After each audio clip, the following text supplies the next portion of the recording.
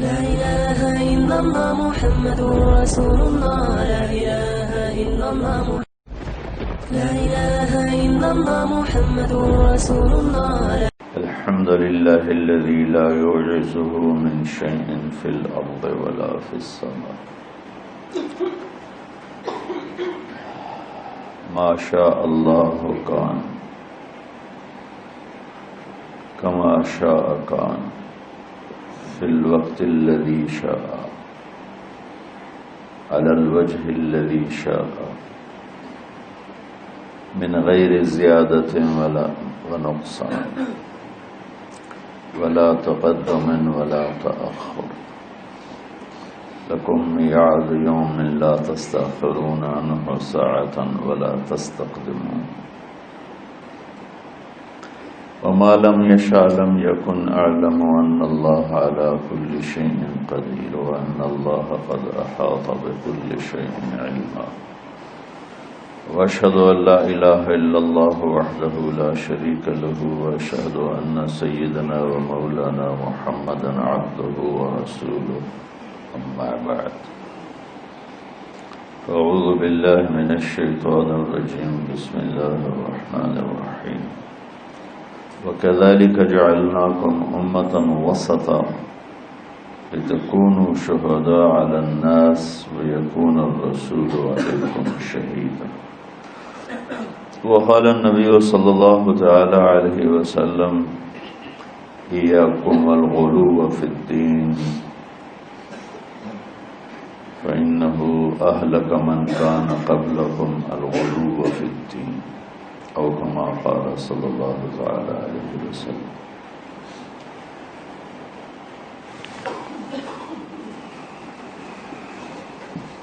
میں نے ابھی ایک آیت پڑھی آپ کے سامنے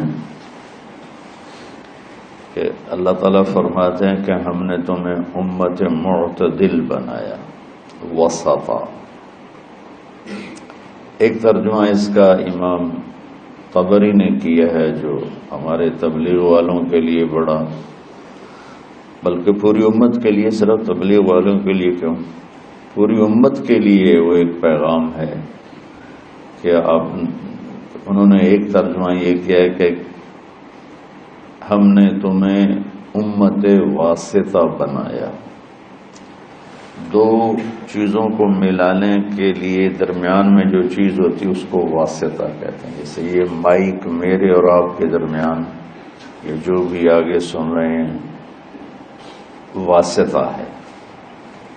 یہ دو چیزوں کو ملا رہا ہے، مجھے اور آپ کو ملا رہا ہے آواز کو بلند کر کے.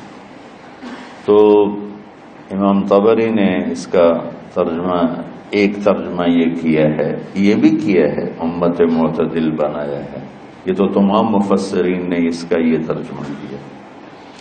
امام طبری نے ایک ترجمہ یہ کیا کہ ہم نے تمہیں امت واسطہ بنایا ہے. جیسے پہلے انبیاء آتے تھے اور وہ واسطہ ہوتے تھے اللہ اور بندوں کے درمیان، کہ لوگ اللہ کو نہیں جانتے تو ایک نبی آتا ہے، رسول آتا ہے، وہ لوگوں کو اللہ کا تعارف کرواتا ہے اور اللہ سے ان کو ملا دیتا ہے، اللہ کے سامنے انہیں جھکا دیتا ہے اور انہیں صراط مستقیم پہ کھڑا کر دیتا ہے. اب ہمارے نبی پاک صلی اللہ علیہ وسلم کے بعد کوئی نبی نہیں آئے گا، تو لہٰذا اے امت محمد اب تم واسطہ ہو. ہمارے ذمے ہے جو تبلیغ والے کر رہے ہیں، ہمارے ذمے ہے کہ ہم اب اللہ کے پیغام کو لوگوں تک پہنچائیں اور ہم واسطہ بنیں بندوں اور بندوں کے رب کے درمیان. یہ بہت خوبصورت ترجمہ ہے. جتنی تفسیریں میں نے دیکھی اس میں مجھے سوائے طبری کے اور کہیں نہیں ملا، اور آپ کے شاید علم میں ہوگا کہ طبری پہلی تفسیر ہے جو امت میں لکھی گئی، ابن جریر طبری رحمۃ اللہ علیہ. تو اللہ تعالیٰ نے ہمیں امت واسطہ بنایا ہے. کوئی تبلیغ میں نہیں جا رہا یا جا رہا ہے، امت ہے تو ہم امت واسطہ ہیں.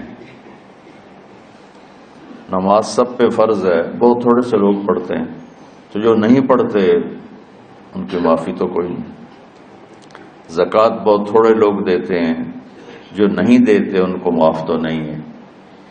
تو ایسے ہی میرے عزیزو، اللہ کا پیغام پہنچانا، اللہ سے لوگوں کو ملانے کی کوشش کرنا، یہ ساری امت کے ذمے ہے.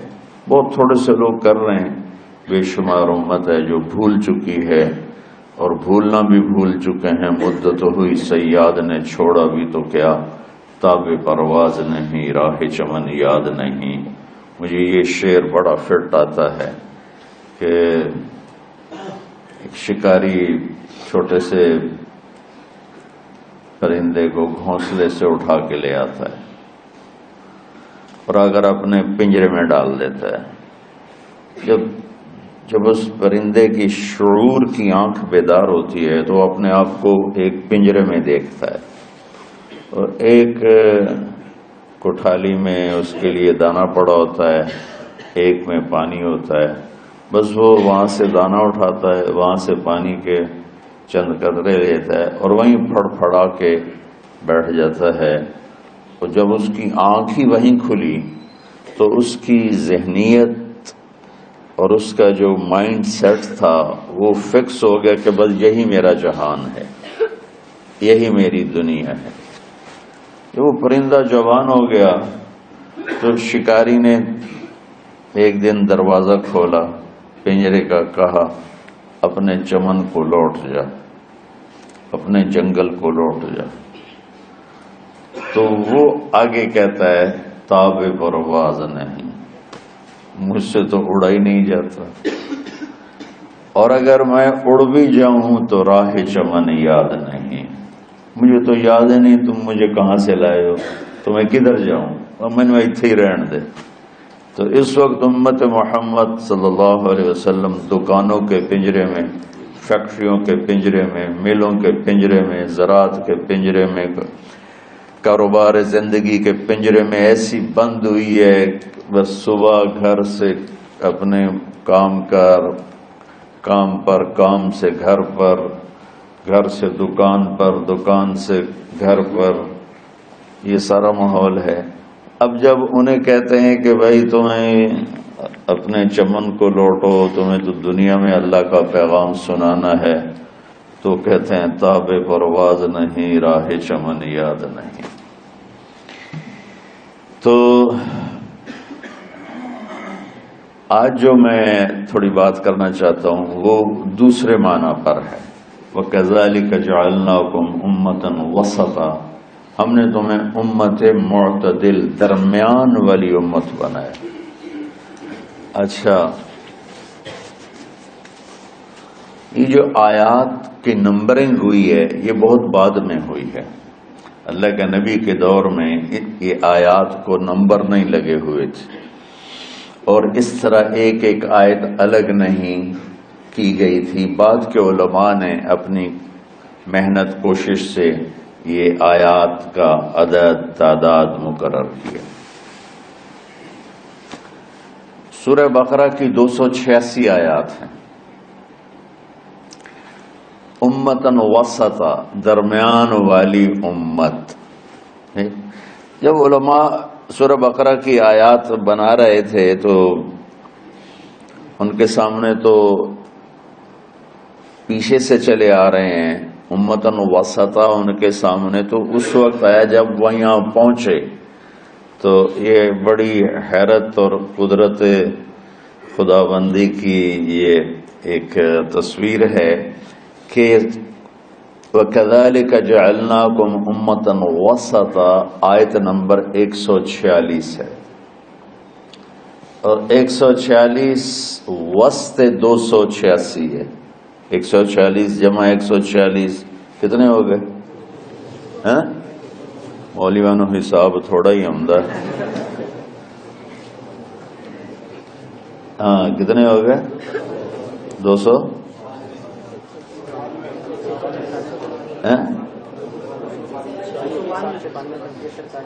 نہیں، پھر یہ آیت نمبر 143 ہے. اب میرا ذہن ہی سویا ہوا ہے، میں کیا آگے. یہ آیت نمبر 143 ہے، 146 نہیں 143 ہے. تو بالکل درمیان میں لفظ کے لحاظ سے، اور ادھر آیت کی تقسیم ہو رہی ہے، تو کرتے کرتے کرتے جب اس آیت پر پہنچے تو یہ 143 بن رہی تھی، اور آیات 286 ہیں، تو اس کا وسط بنتا ہے. اور امتن وسطا، درمیان والی امت کے پیچھے مفہوم کیا ہے؟ یہودی بہت زیادہ حرص و ہوس کا شکار ہوئے دنیا کے لیے. عیسائی رہبانیت میں ایسے ترک دنیا رہبانیت ابتدعوها ما كتبنا علیہم. اللہ تعالیٰ نے کہا انہوں نے خود ہی شروع کیا، میں نے تو کہا نہیں تھا. تو تھوڑا پیچھے چلے جائیں تو عیسائیوں میں نہانا بھی گناہ تھا، میلا کچیلا رہنا بزرگی تھی. بو آ رہی ہو، کپڑے گندے میلے، زبردستی اپنے اوپر اس قسم کے مجاہدے ڈالنا. تو ان کا رہبانیت ابتدعوها ما كتبنا علیہم، میں تسی آپ پہ شروع کی تھی، میں تو نہیں تو آخیا. جب اسپین پہ قبضہ ہوا عیسائیوں کا، تو سب سے پہلے جو انہوں نے کام کیا، سارے ملک میں جتنے تھے حمام غسل خانے وہ سارے گرا دیے.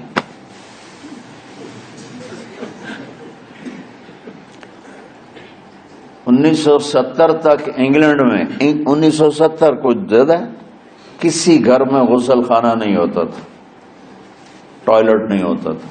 باہر بنے ہوتے تھے جہاں کچھ چند پینیاں دے کے اس میں وہ اپنی ضرورت سے فارغ ہوتے تھے. کسی سے نہانا ہو تو نہاتے تھے. یہ جب نئی جدید تعلیم آئی تو پھر یہ ان کے اندر تبدیلی آئی، ورنہ گندے رہنا، میلے کچلے رہنا، شادی نہیں کرنی، دنیا سے بیزاری کے مختلف طریقے، اپنے آپ کو تکلیف دینا، یہ بزرگی کی شان سمجھا جاتا تھا. تو اسپین پہ جب قبضہ ہوا عیسائیوں کا تو سب سے پہلے انہوں نے 2 کام کیے. ایک سارے غسل خانے حمام توڑ دیے، اور جتنے کتب خانے تھے سارے جلا دیے. لاکھوں کتابوں کے ذخیرے تھے اسپین میں علماء کے. علامہ قرطبی جیسے، ابن عربی جیسے جہاں پیدا ہوئے ہوں، بقی ابن مخلد جیسے جہاں پیدا ہوئے ہوں، تو ان کا میں وہ قرطبہ کی جامع مسجد دیکھنے گیا تو بس میری آنکھ نہیں، میرا دل رو رہا تھا، دل کے آنسو نکل رہے تھے کہ وہ مسجد جس میں 700 سال قال اللہ وقال الرسول چلتا رہا، وہاں درمیان میں گرجا بنا ہوا تھا اور بت ہر طرف رکھے ہوئے تھے، اور ایک بہت بڑی تصویر لگی ہوئی تھی جس میں ابو عبداللہ جو آخری بادشاہ تھا غرناطہ کا، وہ فرڈینینڈ جس نے غرناطہ فتح کیا اس کو چابیاں پیش کر رہا تھا. تو اور اس کی بیوی ملکہ ایزابیلا اور فرڈینینڈ، یہ دونوں ایسے کھڑے ہیں، اور ابو عبداللہ وہ تصوراتی خاکہ تھا، وہ یوں غرناطہ شہر کی چابیاں پیش کر رہا ہے. یعنی بہت ہائی لائٹ کر کے بہت بڑی تصویر لگائی ہوئی تھی.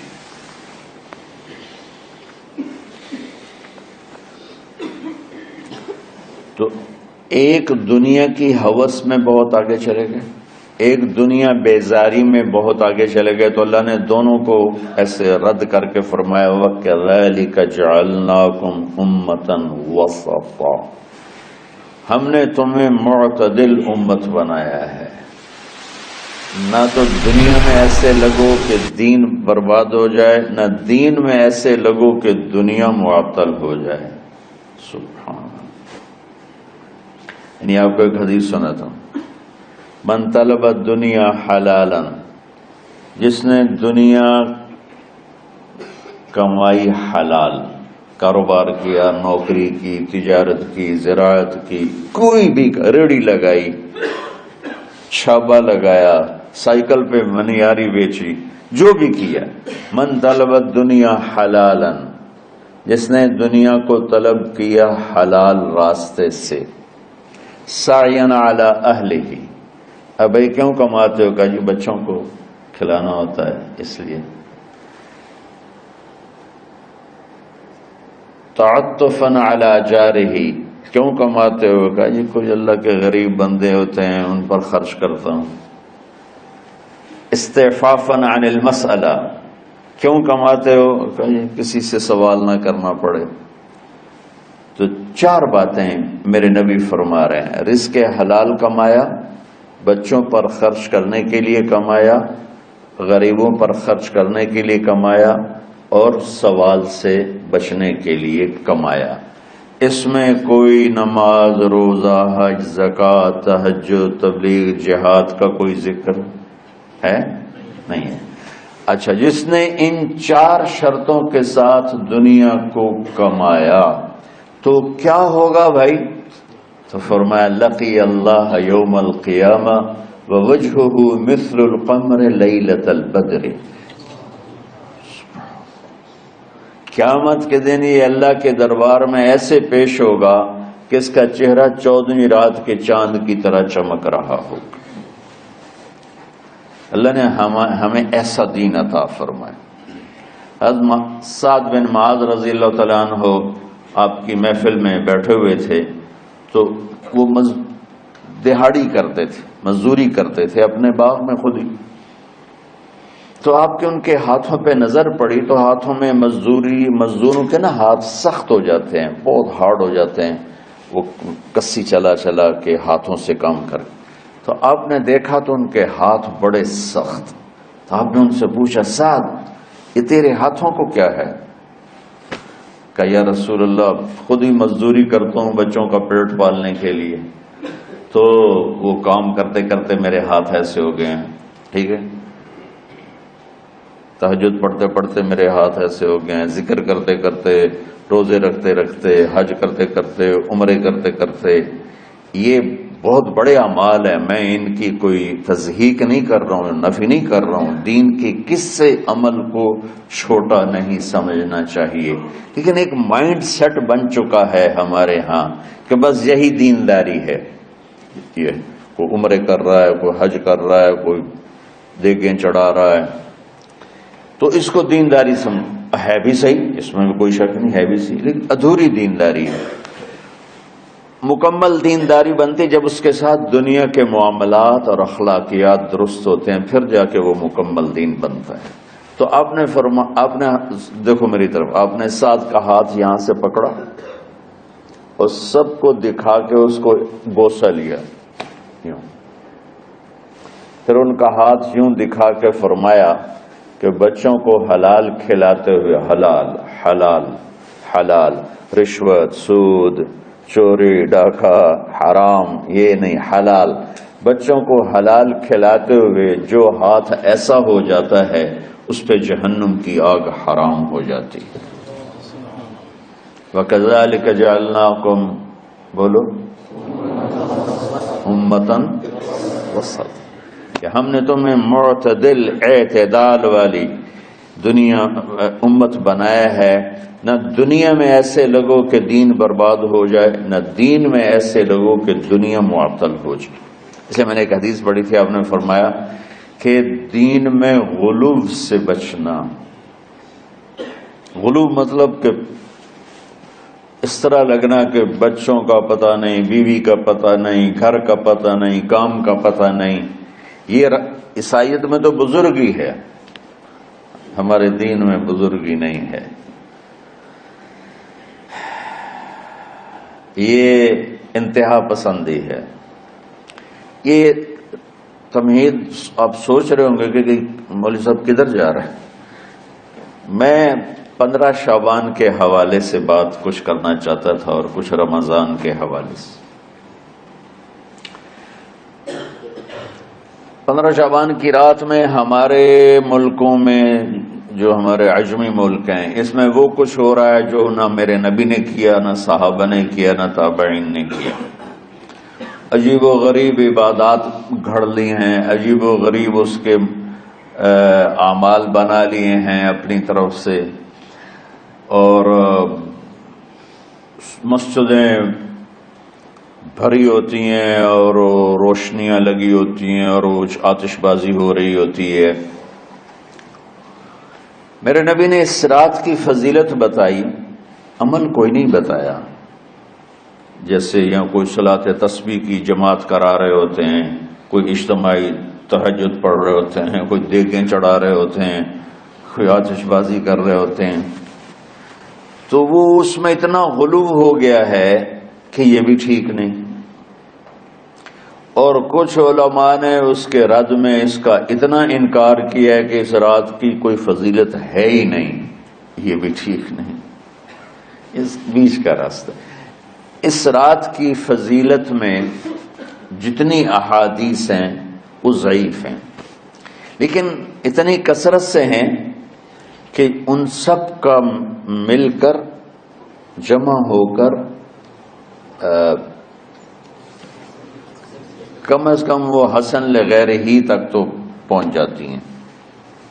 اور ابن عثیمین رحمۃ اللہ علیہ نے بھی یہ لکھا ہے کہ زیادہ سے زیادہ ان احادیث کے مجموعے سے، چونکہ اگرچہ ضعیف ہیں لیکن کافی زیادہ ہیں، تو وہ حسن لغیر ہی تک پہنچ جاتی ہیں. تو حسن لغیر ہی سے کوئی عمل ثابت نہیں ہوتا، عمل ثابت ہوتا ہے صحیح حدیث کے سے. ایک احادیث کی کثرت سے روایات اور ایک امت کا عمل، کہ امت کا بہت بڑا طبقہ صدیوں سے اس رات کا اہتمام کر رہا ہے. لیکن کچھ عرصہ پہلے تک اہتمام تھا دن میں روزہ رکھنا، رات کو کوئی نوافل پڑھ لینا، کوئی 2 چا زیادہ پڑھ لینا. لیکن اب یہ ڈھول تماشے جو اب شروع ہوا ہے، اس کا تو کوئی وجود ہی کوئی نہیں ہے. تو اس رات کو اللہ تعالیٰ نے مبارک بنایا. اور حدیث پاک میں آتا ہے کہ اللہ تعالیٰ اس رات میں ساری دنیا کے لوگوں کی بخشش فرماتا ہے سوائے 5 آدمیوں کے. 5 کے سوا سب اہل ایمان کی بخشش ہو جاتی. مشرک، المشرک، پہلا مشرک. دوسرا مشاحن. مشاحن کیسے کہتے ہیں؟ دل میں بغض رکھنے والا، کینہ رکھنے والا. تیسرا مسبل ازارہ، اپنے پاجامے شلوار چادر کو ٹخنوں سے نیچے تک لے جانے والا، لیکن ایک شرط کے ساتھ کہ وہ تکبر کی وجہ سے ہو، سستی کی وجہ سے ہے، غفلت کی وجہ سے ہے. چونکہ جب آپ نے ایک مرتبہ اس کے بارے میں بات کی تو حضرت ابوبکر صدیق نے کہا یا رسول اللہ، میری چادر، عرب چادر باندھتے تھے جیسے ہمارے پنجاب کا لباس چادر تھا، اب وہ کم ہو گئے. ہماری تو بزرگ عورتیں بھی اور مرد بھی سب چادر باندھتے تھے، شلوار تو کسی کو پتہ ہی نہیں ہوتا تھا ہمارے بچپن میں. یہ تو پھر آہستہ آہستہ جب تعلیم آئی تو شلوار دیہاتوں میں بھی اور شہروں میں عام ہو گئی. تو اگر وہ اس لیے لٹکا رہا ہے کہ طبیعت میں تکبر ہے، پھر اس وعید کا وہ حقدار ہے. اگر ویسے اس کی نیچے جا رہی ہے تو میرا مالک ایسا، وہ تو ہے ہی رحیم و کریم، ہے ہی رحیم و کریم، ہے ہی رحیم و کریم. صرف شلوار نیچے لٹکانے سے وہ اتنی شدید سزا دے، اگر اس کے پیچھے تکبر ہے پھر ہے، یہ تکبر نہیں ہے تو انشاءاللہ وہ اس سے محفوظ ہوگا۔ تو اپنی چادر کو لٹکانے والا، لیکن بشرط تکبر۔ کتنے ہو گئے؟ عاق لوالدیہ، ماں باپ کا نافرمان۔ نافرمان ایسا کہ دکھ دینے والا۔ چھوٹی موٹی اونچ نیچ تو ہر بچے سے ہو جاتی ہے، نہیں، جن نے والدین کو ٹکڑے ٹکڑے کر دیا ہو اور ان کو دکھ دے دے دے دے کے ان کا سینہ چیر دیا ہو، چونکہ آپ کہتے ہیں پرزے پرزے کرنا کسی چیز کو، تو اپنے دکھ دے کر اپنی بدتمیزی کے ساتھ اس نے ماں باپ کا دل زخمی کر دیا ہو، ایک یہ نہیں معاف ہوتا۔ پانچواں، مدمن خمر، مسلسل شراب پینے والا، مستقل جو شراب کا عادی ہو، ان پانچ کو مؤخر کر دیا جاتا ہے۔ معافی نہیں ہونے کا مطلب یہ نہیں کہ اللہ تعالیٰ کبھی معاف نہیں کرے گا، معافی نہ ہونے کا مطلب یہ ہے کہ یہ پانچ ایسے گناہ ہیں کہ اس کی وجہ سے بخشش رک جاتی ہے۔ اگر وہ شرک سے نکل آئے، وہ کینہ سے نکل آئے، وہ تکبر سے نکل آئے، وہ والدین کی نافرمانی سے نکل آئے، شراب چھوڑ دے، تو ان کی بھی بخشش ہو جاتی۔ جب کوئی توبہ کرے گا فوراً بخشش ہو جائے گی۔ نہ 15 شعبان کی ضرورت ہے، نہ لیلۃ القدر کی ضرورت ہے، نہ بیت اللہ جانے کے ساتھ توبہ کی شرط ہے۔ جہاں بھی وہ بیٹھ کے توبہ کرے گا، جس لمحے میں کرے گا، اسی وقت اس کی توبہ قبول ہوگی اور اللہ اس کے پچھلے سارے گناہوں کو معاف فرما دے گا۔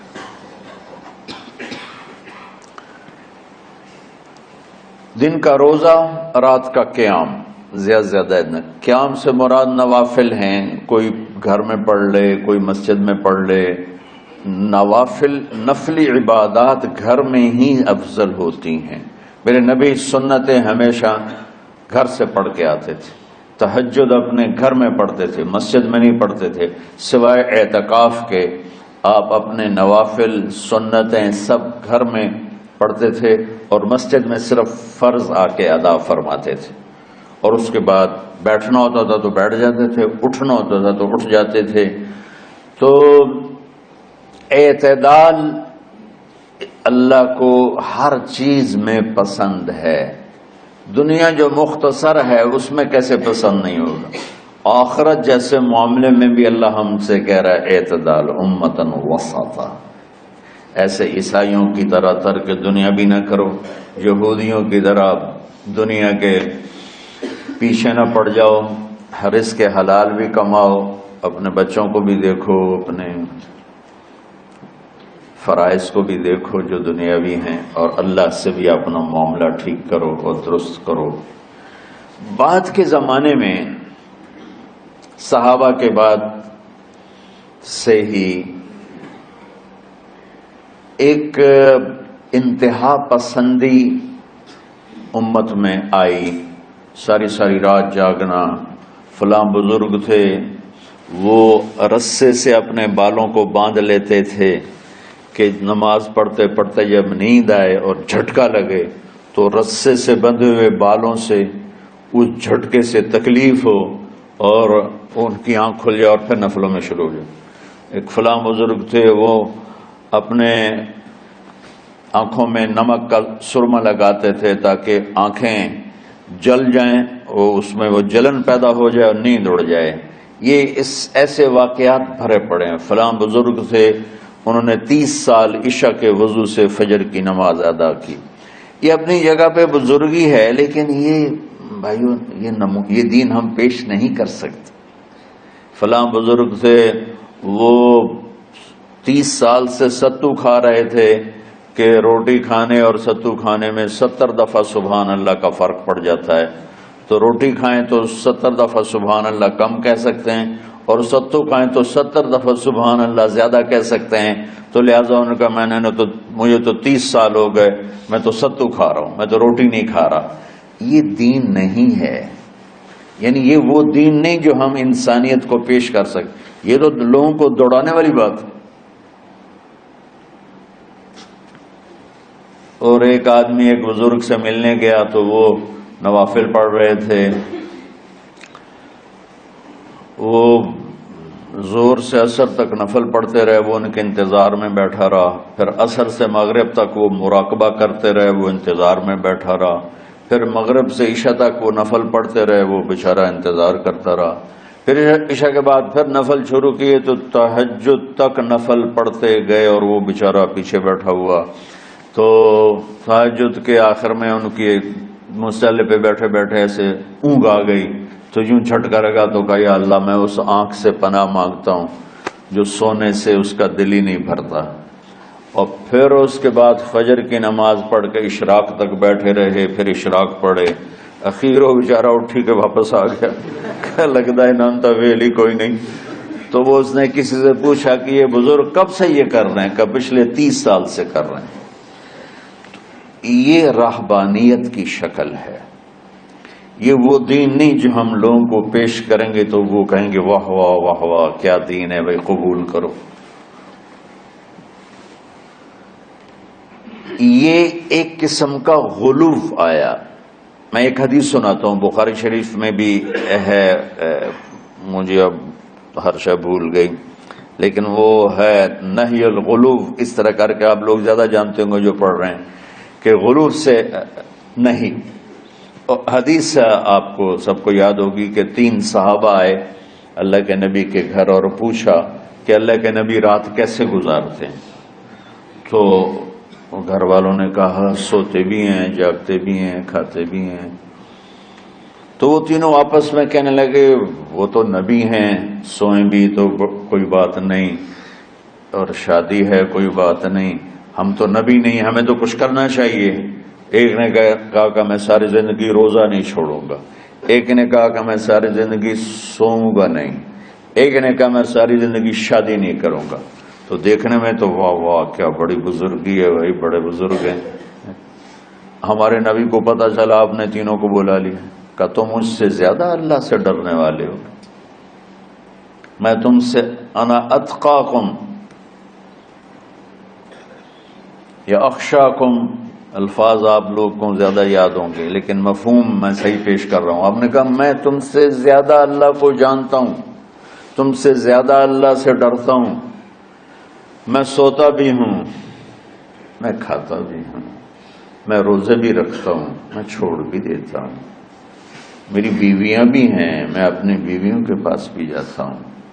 تم دین میں غلو سے بچو، پہلے امتوں کو ہلاک کر لیا دین میں غلو۔ دنیا میں غلو یعنی انتہا پسندی، ایکسٹریمسٹ ہونا، دنیا ہو یا دین ہو دونوں میں اعتدال بچو، اللہ تعالیٰ کو پسند ہے۔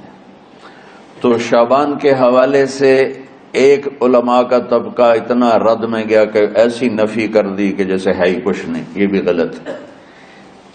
ایک طبقہ وہ ہے جو پتہ نہیں کیا کچھ کرتا ہے شب برات کے نام پر، وہ بھی غلط۔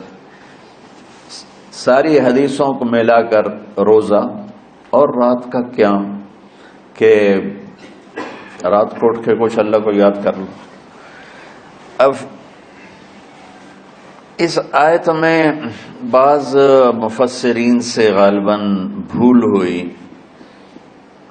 حامیم والکتاب المبین انا انزلناہ فی لیلۃ مبارکۃ انا کنا منذرین فیہا یفرق کل امر حکیم امرا من عندنا انا کنا مرسلین۔ یہ لیلۃ القدر ہے، انا انزلناہ فی لیلۃ مبارکۃ، یہاں دوسرا لیلہ مبارک رات میں ہم نے قرآن کو اتارا۔ دوسری آیت کو جوڑو، انا انزلناہ فی لیلۃ القدر، ہم نے قرآن کو لیلۃ القدر میں اتارا۔ تو وہ آیت اس آیت کا ترجمہ کر رہی کہ لیلۃ مبارک سے مراد لیلۃ القدر ہے، 15 شعبان نہیں۔ لیکن بعض مفسرین جو بڑے لوگ ہیں، لہذا ہم سب کا ادب احترام کرتے ہیں، لیکن رائے کا اختلاف وہیں بڑے علماء میں ہی ہے، تو اسی کو میں آپ کے سامنے نقل کر رہا ہوں، کوئی اپنی رائے نہیں دے رہا ہوں۔ تو ان سے یہ صاحب ہو گیا کہ انہوں نے اس کو 15 شعبان بنا دیا. یہ 15 شعبان کی رات نہیں ہے، یہ لیلۃ القدر ہے کہ جس میں وہ پورے سال کے احکام اعلان کر دیے جاتے ہیں. وہ شب قدر ہے. اس میں بھی معافی ہوتی ہے، اس میں بھی معافی ہوتی ہے.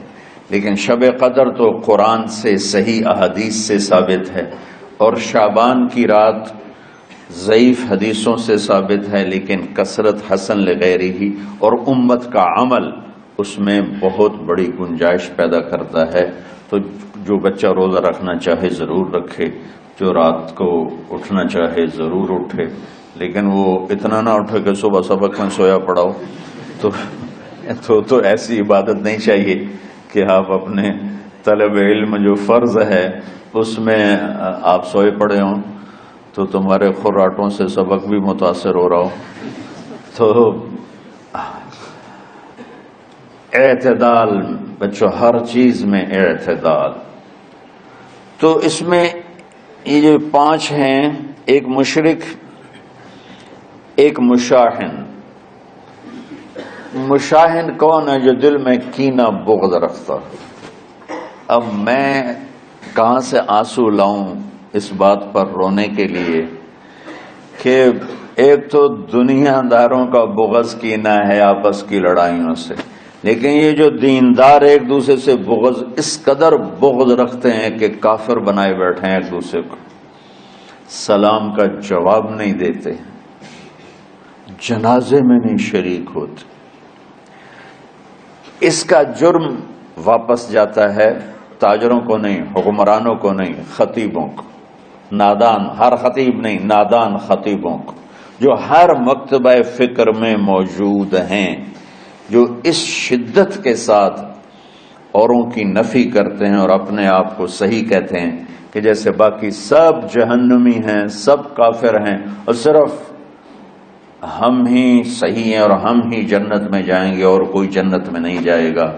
تو چونکہ اس میڈیا کے ذریعے سے بہت سی امت سن رہی ہے، تو میں دیکھو بچوں ہاتھ جوڑتا ہوں اللہ کے واسطے، دین پیش کرنا، کافر کافر کے نعرے مت لگانا اور یہ کافر وہ کافر، یہ کافر وہ کافر. اللہ بڑا کریم ہے. من کان آخر کلامہ لا الہ الا اللہ. یہ مولانا شاہد صاحب کے بھائی ساری زندگی کمیونسٹ رہے، ساری زندگی، اور دین سے بیزاری اور دینداروں سے نفرت نہیں. اور مرنے سے پہلے 3 دفعہ کلمہ پڑھا. چند دن پہلے ان کا انتقال ہوا ہے. تو اللہ کو کون سا عمل ایسا پسند آیا ہوا تھا کہ ایمان کو باقی رکھا؟ وہ دین سے نفرت کا اظہار کر رہے ہیں، دینداروں سے نفرت کا اظہار کر رہے ہیں، کتابیں لکھی ہیں. لیکن ایمان والی ماں نے جنم دیا تھا اور دودھ پلایا تھا، اور بچپن میں کلمہ بھی پڑھتے تھے، نمازیں بھی سیکھی ہوں گی، قرآن بھی پڑھا ہوگا. اس کے بعد ساری زندگی کمیونسٹ رہے. کون سی نیکی اللہ کو پسند تھی کہ مرتے ہوئے 3 دفعہ لا الہ الا اللہ پڑھا. ابو زرع رحمت اللہ علیہ بڑے محدثین میں سے فرماتے تھے مجھے 1,00,000 حدیث اس طرح یاد ہے جیسے تمہیں سورہ فاتحہ یاد. وہ انتقال کر رہے تھے، بے ہوش تھے. تو ان کے پاس ان کے شاگرد اور محدثین بیٹھے تھے کہ استاد جی کو کلمہ کیسے پڑھائیں. تو ہوش ہی کوئی نہیں.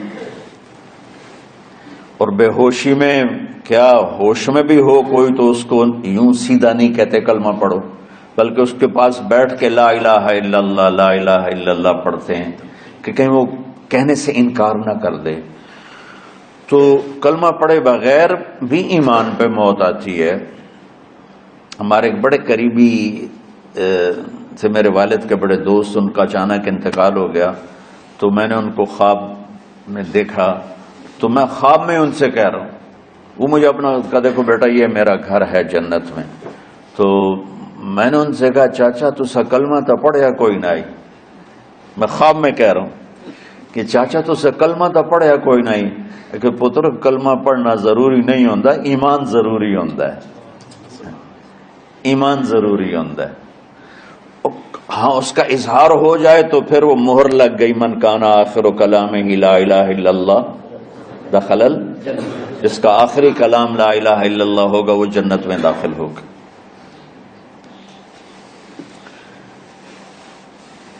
باقی ایمان پہ خاتمہ اچانک موت ہو جاتی ہے، پتہ ہی نہیں چلتا، بے ہوشی میں موت آتی ہے، کچھ بولا ہی نہیں جاتا ہے. تو اصل بخشش تو ایمان پہ خاتمہ ہے اللہ کے فضل و کرم سے. لیکن جو یوں کھل کے کہے گا تو وہ تو اوروں کو گواہ بنا گیا. تو ان کے ایک شاگرد منذر بن شازان وہ کہنے لگے حدثنی ضحاک بن مخلد عن ابی عاصم عن عبد الحمید بن جعفر عن صالح بن ابی غریب. یہ سند پڑھ کے چپ ہو گئے، آگے نہیں چلے. تو ابو حاتم بیٹھے تھے، وہ بولے اونچی آواز میں، اور وہ ابو زرع بے ہوش پڑے ہوئے. حدثنی بندار عن ابی عاصم عن عبد الحمید بن جعفر عن صالح بن ابی غریب، اور خاموش ہو گئے. سبحان اللہ. وہ شخصیت بے ہوش پڑی ہے لیکن ساری زندگی حدیث پڑھائی ہے. کانوں میں آواز تو جا رہی ہے، دماغ اس کو کیچ نہیں کر رہا، لیکن لاشعور بے ہوش نہیں ہوتا، شعور بے ہوش ہوتا ہے. وہ لاشعور میں پہنچتی ہے اور شعور کو بیدار کیے بغیر ان کی زبان کو چلاتی ہے. انہوں نے بے ہوشی میں کہا حدثنی ابو عاصم. یہ ایک واسطہ اوپر ہیں ابو زرع ان سب سے. بندار عن ابی عاصم، ضحاک عن ابی عاصم.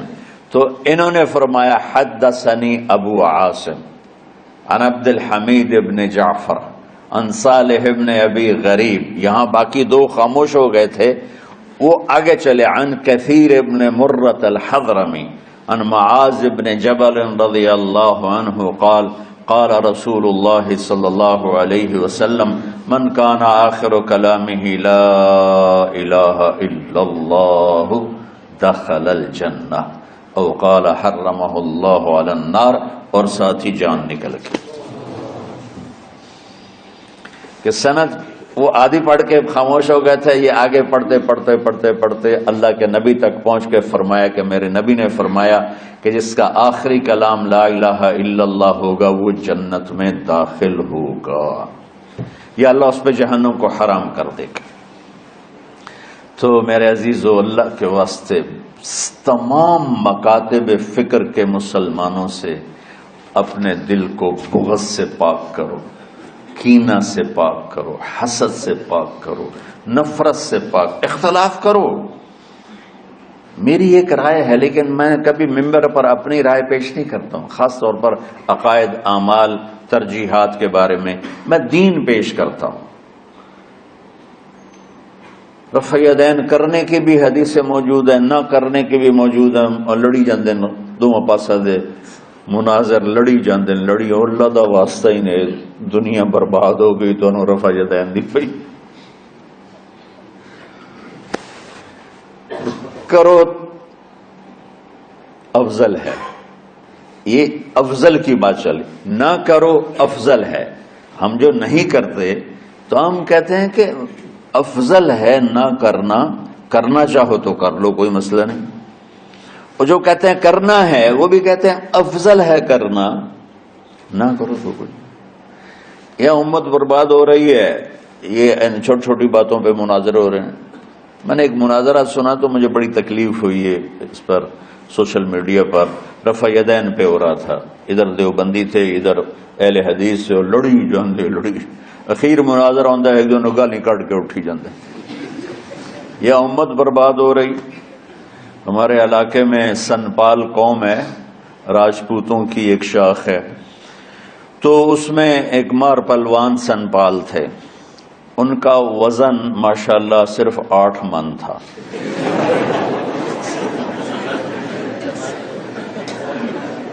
تو وہ 2 نوکر ہمیشہ ان پر، وہ بہت بڑے ذمہ دار تھے، 20-25 مربع کے مالک تھے. میرے والد صاحب کے وہ جماعتی تھے، بچپن میں اسکول میں ہم جماعت تھے.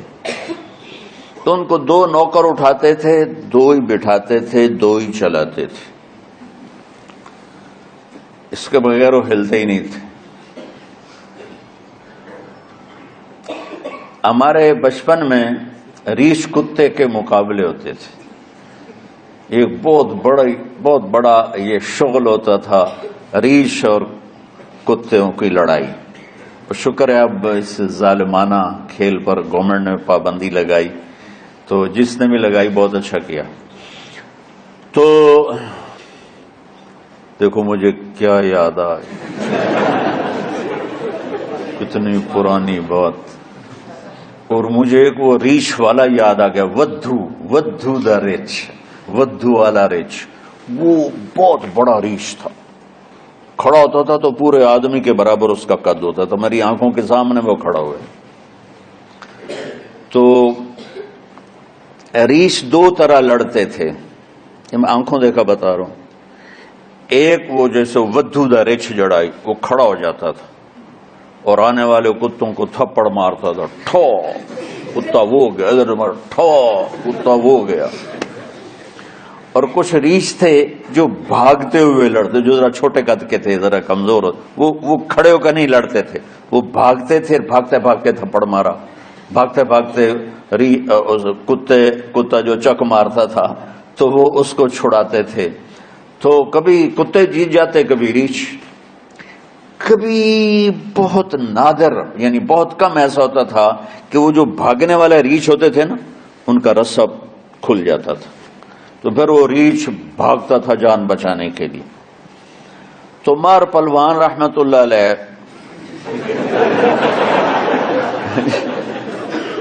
اس میں ہنسنے کی کیا بات، تم نے رحمت اللہ علیہ صرف بزرگوں کے لیے سمجھ لیا. بھائی ہر مسلمان زندہ کو بھی کہہ سکتے ہیں رحمت اللہ علیہ، مردہ کو بھی کہہ سکتے ہیں. یہ ہم نے عجب تقسیم کر دی ہے. بزرگوں کے لیے رحمت اللہ علیہ اور عام مسلمانوں کے لیے مرحوم. ارے بھائی تم کیوں بخل کرتے ہو؟ رحمت اللہ علیہ دعائی ہے، کسی کو بھی دی جا سکتی ہے. رضی اللہ عنہ بطور دعا ہر مسلمان کے لیے ہے. علیہ السلام بطور دعا ہر مسلمان کے لیے. لیکن یہاں وہ عجیب تقسیم ہو گئی ہے کہ بھائی رضی اللہ، ہاں بطور خبر کہ اللہ ان سے راضی ہو گیا، یہ صرف صحابہ کے لیے ہے کہ کلن وعد اللہ الحسنى. اللہ تعالیٰ نے تقسیم تو کی کہ میرے نبی تیرے صحابہ سارے ایک جیسے نہیں ہیں، لیکن میرا وعدہ ہے سب جنتی ہیں. تو اس لحاظ سے رضی اللہ عنہ، ابو بکر رضی اللہ عنہ بطور خبر صرف صحابہ کے لیے. بطور دعا میں اپنے باپ کے لیے بھی کہہ سکتا ہوں، اپنی ماں کے لیے بھی کہہ سکتا ہوں، اور ہر مسلمان کے لیے کہہ سکتا ہوں جو فوت ہو چکا ہے یا جو زندہ ہے اس کو بھی کہہ سکتا ہوں رضی اللہ عنہ، اللہ تو اس سے راضی ہو. جب ہم اردو میں کہتے ہیں اللہ تم سے راضی، رضی اللہ عنک. تو جو مر گیا ہے اس کو بطور دعا رضی اللہ عنہ کہہ سکتے ہیں، رضی اللہ عنہ کہہ سکتے ہیں، رحمت اللہ علیہ کہہ سکتے ہیں، علیہ السلام کہہ سکتے ہیں، علیہ السلام کہہ سکتے ہیں. لیکن چونکہ مسلمانوں کا ایک طبقہ حضرت کہ مولا علی کو علیہ السلام کہتا ہے، ائمہ اہل بیت کو علیہ السلام کہتے ہیں، تو ہم نے اس پر کاٹا پھیر دیا. ہم نہیں رضی اللہ عنہ. اتنی چھوٹی مولیوں دے دل چڑی طرح ہو گئے. چڑی نہیں ہوگی، چڑی دے دل تو چھوٹے دل ہو گئے. ظرف ہے، پتہ نہیں کہاں چلا گیا. حالانکہ علم تو وسعت پیدا کرتا ہے. آج کا پڑھنا پڑھانا وہ ایسے دلوں کو تنگ کر کے سکیڑ کے چڑیا سے بھی چھوٹا بنا ہے.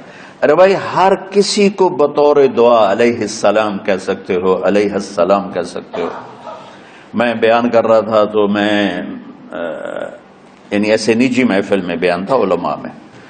تو بات کرتے کرتے میں نے کہا مولانا مودودی رحمت اللہ علیہ، ان کی ایک جو خدمت ہے کہ انہوں نے یہ پہلے شخص ہیں جنہوں نے دین کو آسان لفظوں میں پڑھے لکھے طبقے تک پہنچایا. اس سے پہلے جتنے علماء کی تحریریں ہیں وہ فارسی عربی کے الفاظ سے اتنی بھری ہوئی ہیں کہ کالج سکول کا طبقہ وہ پکڑ نہیں سکتا تھا. یہ پہلی شخصیت ہیں جن کی تعلیمات اور جن کی تحریروں نے لوگوں کو متاثر کیا. یہ ان کا مثبت پہلو ہے. انہوں نے دین کو سیاسی رنگ دے دیا، یہ منفی پہلو ہے، اس سے ہمیں اختلاف ہے. لیکن جو انہوں نے خیر کا کام کیا ہے اس کی تو تعریف کرنی چاہیے. تو بچوں میں تمہیں کیا بتاؤں کہ پستی کس حد تک پہنچ چکی ہے. ایک مولوی صاحب کھڑے ہو گئے میری بات کے بعد، کہنے کہ آپ نے مودودی صاحب کو رحمت اللہ علیہ کیوں کہا ہے؟ رحمت اللہ علیہ تو ناچنے والے کو بھی کہہ سکتے ہیں، شرابی کو بھی کہہ سکتے ہیں، طوائف کو بھی کہہ سکتے ہیں جو مر گئی رحمت اللہ علیہ رحمت اللہ علیہ. یہ تو دعا ہے. کہ یار میرے بچے اتنا بغض تو نہ رکھو کہ کسی مسلمان کے لیے رحمت اللہ علیہ کہنا بھی جرم بن جائے. بس یہ اس سے میں جو میں کہنا چاہتا تھا اس کی یہ وضاحت دے رہا ہوں. مار پہلوان رحمت اللہ علیہ سے یہ بات چھڑ گئی. وہ تشریف فرما تھے منجی پہ بیٹھے ہوئے. بدقسمتی سے وہ ریچھ تھا بھاگ کے لڑنے والا. وہ بھاگتے بھاگتے کبھی ادھر بھاگ رہا کبھی ادھر بھاگ رہا، رسہ ٹوٹ گیا. رسہ جو ٹوٹا تو ریچھ سیدھا مار پہلوان کی چارپائی کی طرف دوڑا. اب مار پہلوان نے پہلے تو انج ویکھیا بھی اوئے ایک ہی بنی، یہ تو رچ آ رہا ہے. جس آدمی کو 2 نوکر اٹھاتے تھے بٹھاتے تھے اس نے نوکروں کو نہیں بلایا، دیر ہو جائے گی، خود ہی جمپ لگایا اور پیچھے بھاگا.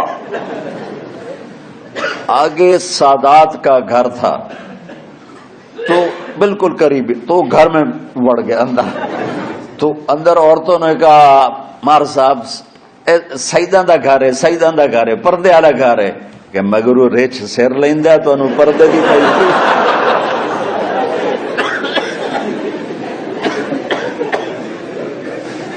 تو میں سچی بات ہے بچوں، اتنا مجھے دکھ ہوتا اور درد ہوتا ہے کہ امت تباہ و برباد ہو رہی ہے، مرتد ہو رہے ہیں، دین سے بیزاری کا اعلان کا کلم کھلا کر رہے ہیں میں کسی دین کو نہیں مانتا. اور یہ رفع یدین پہ لڑے ہی جا رہے ہیں. 20 تراویح 8 تراویح، 20 تراویح 8 رکعات، 20 رکعات 8 رکعات، سورۃ فاتحہ پڑھنی ہے نہیں پڑھنی ہے. یہ وہ کون سے مسائل ہیں جس پہ جنت اور جہنم کا فیصلہ؟ بغض جہنم میں لے جائے گا، چاہے دینی بغض ہو چاہے دنیاوی بغض، جہنم میں لے جائے گا.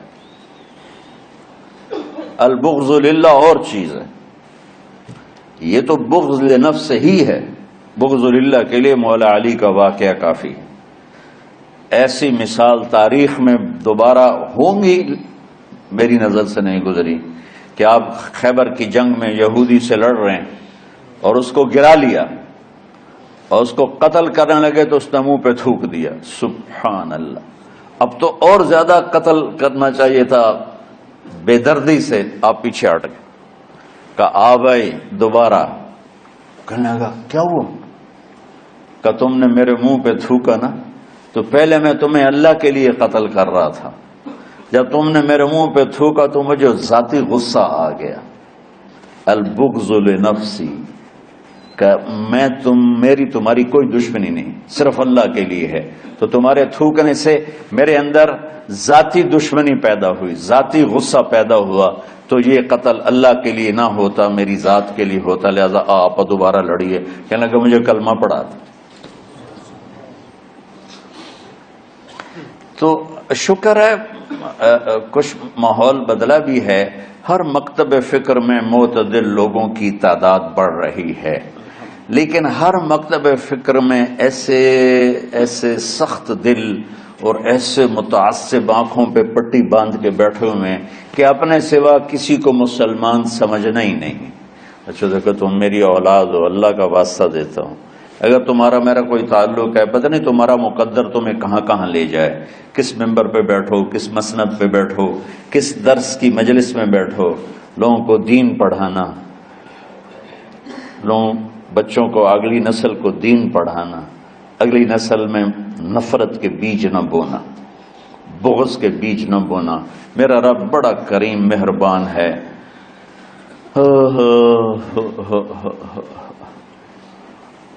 جواد وسیم صاحب آتے رہتے ہیں نا، یہ تو ماشاءاللہ یہ بہت بڑے اداکار تھے اسٹیج کے، تو اسٹیج کی دنیا بڑی غافل دنیا ہے، ہر گناہ وہاں ہوتا ہے، ہر عیب وہاں ہوتا ہے۔ تو وہ ایک اپنے ساتھی کا بتا رہے تھے کہ جس کی ساری زندگی ہر عیب ہر گناہ میں انتہا پر تھی، اور اسٹیج پہ ڈرامہ کرتے ہوئے ہارٹ اٹیک ہوا، یعنی کوئی گھر میں نہیں، کوئی مسجد میں نہیں، اسٹیج پر غفلت کی انتہا میں ہارٹ اٹیک ہوا۔ کم اٹھا کے پیچھے لے گئے تو انہوں نے زور زور سے کلمہ پڑھنا شروع کیا اور کلمہ پڑھتے پڑھتے انتقال ہو گیا۔ تو جس شخص کی ساری زندگی ایسے عیبوں میں گزری کہ میں منہ پہ لاتے ہوئے شرماتا ہوں، وہ مرتے ہوئے کلمہ پڑھ رہا ہے، تو میرے رب کو کیا چیز پسند ہے؟ یہ مولانا شاہ صاحب کے بھائی کا واقعہ، تو ابھی کا واقعہ۔ تو اللہ کے واسطے نہ جنت کے ٹھیکیدار بنو، نہ دوزخ کے داروغہ بنو، بے چل واڑی جا سارے آنا۔ یہ اللہ کا کام ہے، کس کو جنت میں ڈالنا ہے، کس کو جہنم میں ڈالنا ہے۔ یغفر لمن یشاء ویعذب من یشاء، بس ایک اللہ نے کہا ہے کہ ان اللہ لا یغفر ان یشرک بہ، دیکھو میرے بندو میں شرک معاف نہیں کروں گا، ویغفر ما دون ذلک لمن یشاء، باقی جس کو چاہوں معاف کر دوں۔ تو کیوں؟ اب دورے کے بچے بیٹھے ہوئے ہیں، اب جانے والے ہیں چند دنوں میں، تو خاص طور پر ان کے لیے میں یہ پیغام دینا چاہتا ہوں کہ اللہ کے واسطے اگر اللہ تم سے دین کا کوئی کام لے تو دین پیش کرنا، مسلک پیش نہ کرنا، دین پیش کرنا۔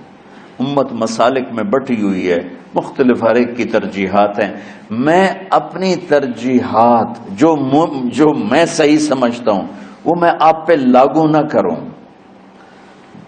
ایک مثال دے رہا ہوں کہ اس کی مثال کیا کہ میں کہتا ہوں بچوں نماز پڑھو، ٹھیک، یہ تو ہے دین۔ میں کہتا ہوں دیکھو بچوں ہاتھ یہاں باندھنے ہیں، یہاں نہیں باندھنے، یا میں کہتا ہوں دیکھو ہاتھ یہاں باندھنے ہیں، یہاں نہیں باندھنے، اور آمین اونچی کہنی ہے، آمین اونچی نہیں کہنی، رفع یدین نہیں کرنا، رفع یدین کرنا ہے۔ یہ مسلک کی تبلیغ ہے، دین کی نہیں۔ ہر طرف، دونوں طرف صحیح احادیث موجود ہیں۔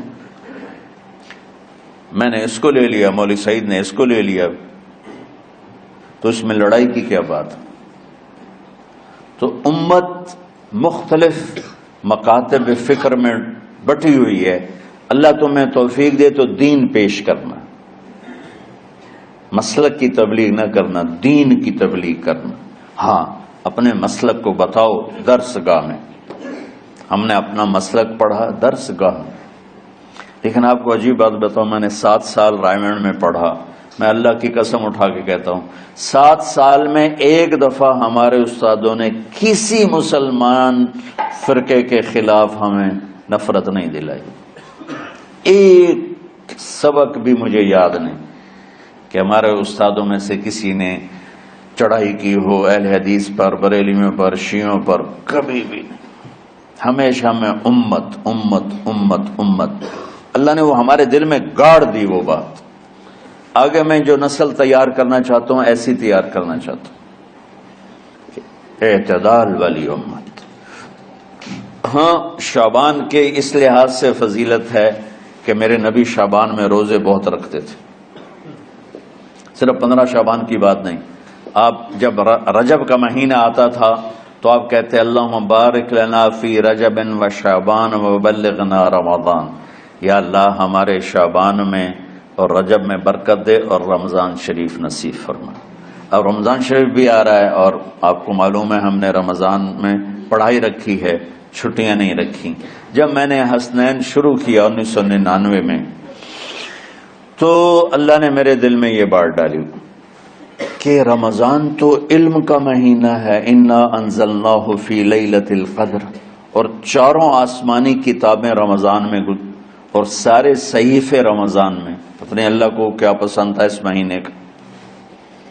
حضرت ابراہیم علیہ السلام پر چھوٹی کتابیں اتری یکم رمضان کو، حضرت موسیٰ علیہ السلام پر تورات اتری 2 رمضان کو، حضرت داؤد علیہ السلام پر زبور اتری 6 رمضان کو، حضرت عیسیٰ علیہ السلام پر انجیل اتری 12 یا 18 رمضان کو، اور اللہ کے نبی پر قرآن اترا فی لیلۃ القدر، لیلۃ القدر میں اترا. تو سارا آسمانی علم رمضان میں اترا. سارے مہینوں کے نام عربوں نے رکھے، محرم، صفر، ربیع الاول، ربیع الثانی، جمادی الاولی، جمادی الثانی، رجب، شعبان، رمضان، شوال، ذوالقعدہ، ذوالحج. اس میں جو رمضان ہے یہ نام اللہ نے رکھا. باقی مہینوں کے نام تو رکھے عربوں نے. پھر ان کی زبان پہ اللہ لایا رمضان، چونکہ ابھی تو دنیا بھی نہیں بنی تھی اور اللہ نے قرآن کی تلاوت فرمائی تھی. تو اس قرآن میں تھا شہر رمضان الذی انزل فیہ القرآن. تو رمضان کا نام اللہ نے پہلے سے چن رکھا تھا، پھر ان سے رکھوا دیا. رمضان کہتے ہیں رمض یرمض، جل جانا، جل جانا. رمضان کو رمضان کیوں کہتے ہیں؟ کہ اس میں گناہ جل جاتے ہیں. مسلمان پہلا روزہ رکھتا ہے اور اس کے گناہ اللہ جلانا شروع کرتا ہے. اس کی بھوک پیاس کی آگ میں گناہوں کو ڈالتا ہے، جلاتا ہے. آخر 29 رمضان یا 30 رمضان آخری رات اللہ تعالیٰ اس کی پچھلے سال کے سارے گناہ معاف فرما دیتا ہے. تو اس کو اس سے تشبیہ دی گئی کہ جیسے جلنے سے چیز ختم ہو جاتی ہے، رمضان کے روزے کی بھوک اور پیاس کی تپش سے اللہ تعالیٰ پچھلے سال کے سارے گناہوں کو معاف فرما دیتا. تو مجھے خیال آیا اس وقت جب ابھی بالکل کزرعٍ اخرج شطأہ تھا، ہمارے مدرسے کی مثال کزرعٍ اخرج شطأہ. دعا کرو اللہ تعالیٰ فاستغلظ فاستوى علی سوقہ سے بنا دے. امید تو ہے کہ کچھ شکل اللہ نے بنا دی، اللہ اسے پوری دنیا میں پھیلا دے. میری تو تمنا ہے کہ ایک ایسی مثبت سوچ کے علماء کے اللہ میرے ذریعے سے تیار کروا دے جو امت کو جوڑنے والے ہوں، توڑنے والے نہ ہوں. کتنا ظلم و ستم ہے کہ پیسے بھی لیتے ہیں اور امت کو توڑ کے چلے جاتے.